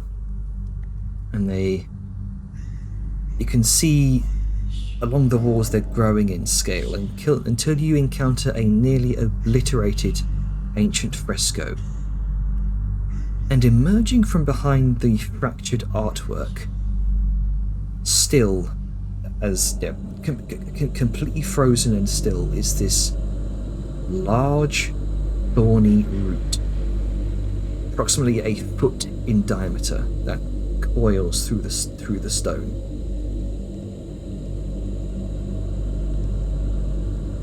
Coils as in it's moving? Oh no, you said it was still alright. So I guess I kind of was right. Unless that's a really thick vine. I think that's a root, not a vine. This guy points to the root. Like, do you think that is what you were hearing on the ground? Those moving? Maybe, but the problem then becomes, why can I hear a slow-growing plant move? Who says it's slow? It might be moving very quickly. That's just even more. No. There are plants that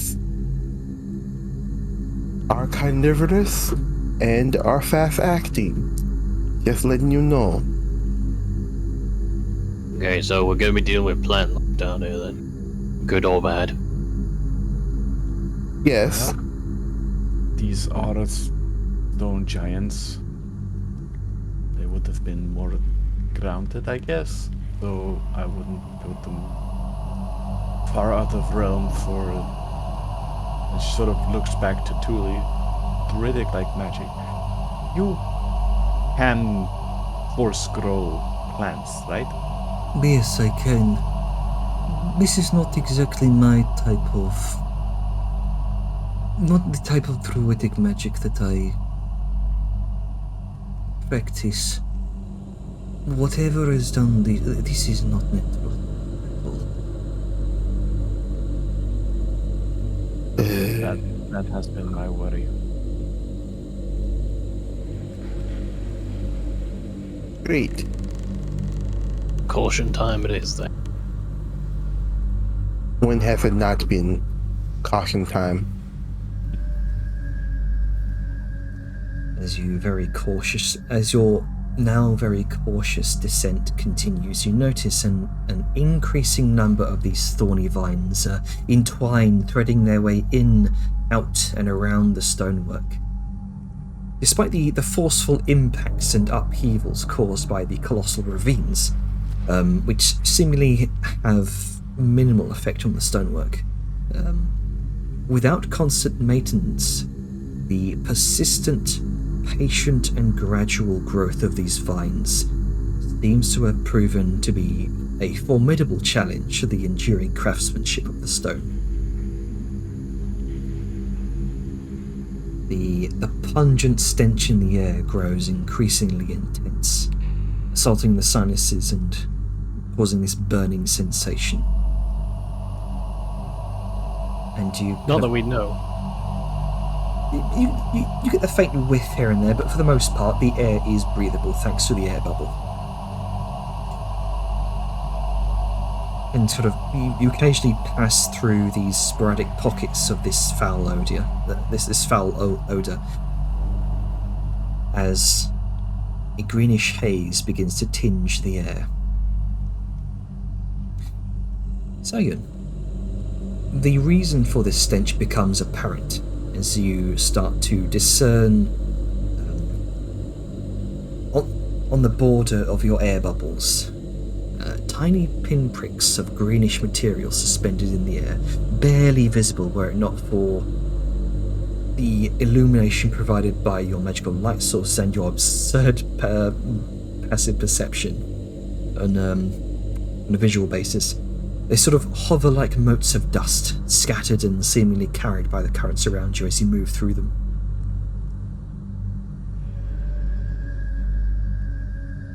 I think I know what this is, Janner.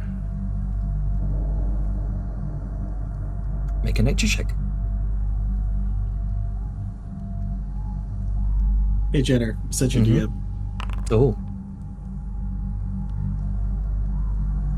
Ooh, okay. Yeah.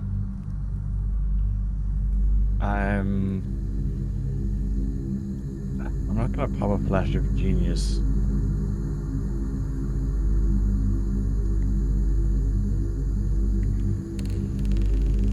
I feel like that would be too soon. 12. It's not difficult It's not difficult to tell. These are small pinpoint spores that have clustered in this great foggy cloud that seemingly has suffused this entire area of the tomb. 17.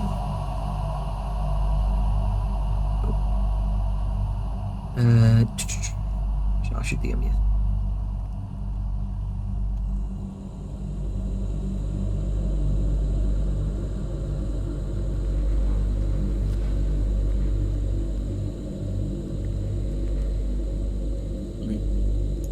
Lisko mildly relaxes. Yep. You can also observe clusters of lush green patches flourishing amidst the stone, emerging from cracks and openings, particularly in spots where the thorny roots have ruptured through the floors, walls, and ceilings.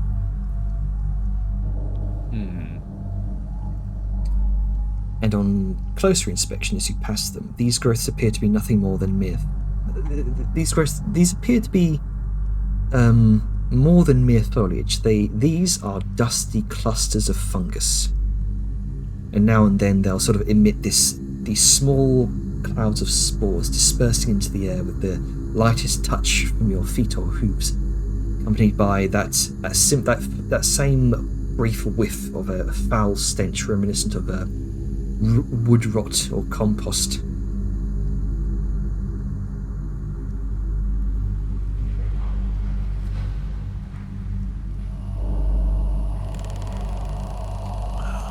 Would Liska know about Myconids? Because the only time we've been underground was the only things we interacted with were like spider people and dwarves. I mean, maybe Grunka. Maybe Grunka knows about Myconids. Maybe Grunka knows what Myconids are, but I don't think any of us would. Grunka definitely knows about Myconids, but no one has bothered to ask him. He's I mean, right, Liska though. doesn't know about him to ask, so. We don't know. How can we know something that doesn't exist? Yeah, that's true, actually. Yeah. So, fair point.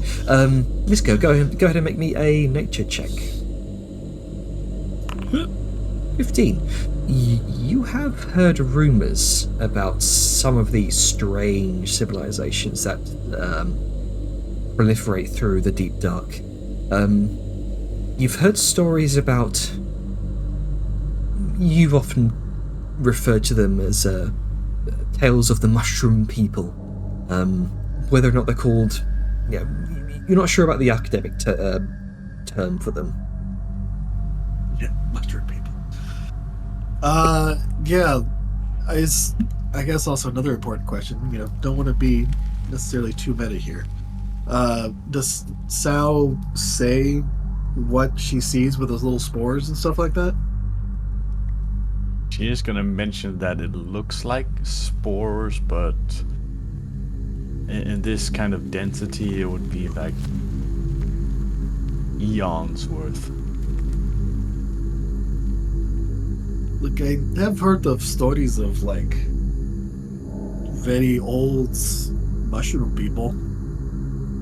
Mushroom people? Mushroom people? People you made mean of mushrooms? Oh, you mean the Myconids?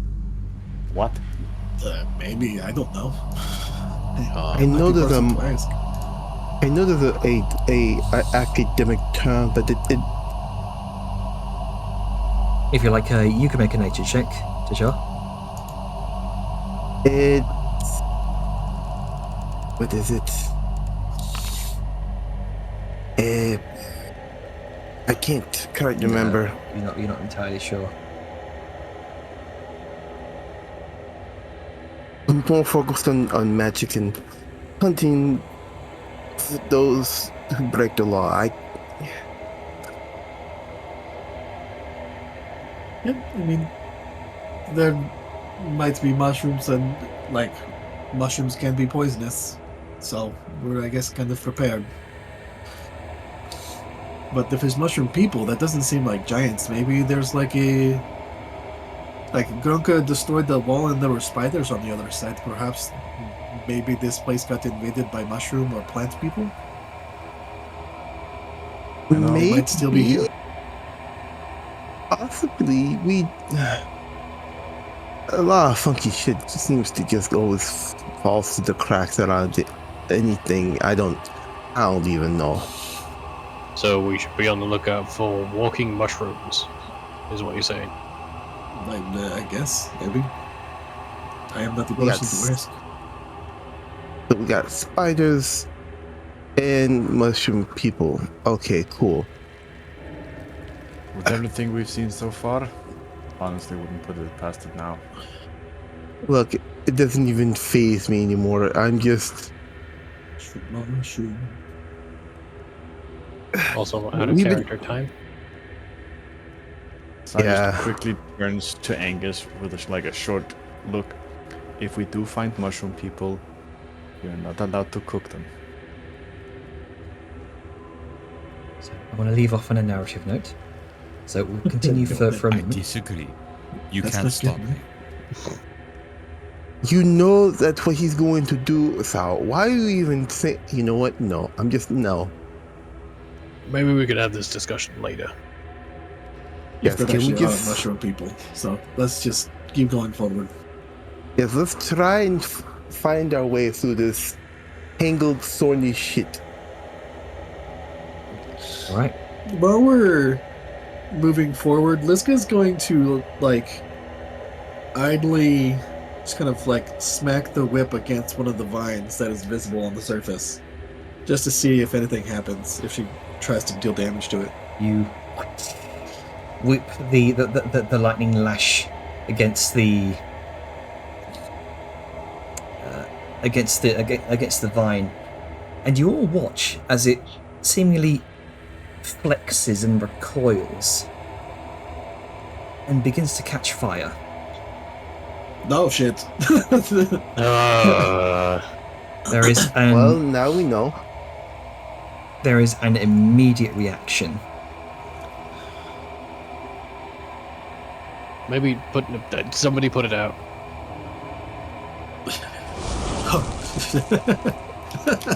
Oh Why boy. did that fire into the tunnel we're in? I did not expect it to be a thing. Luckily, I'm dodging. I guess it's like a powder bomb.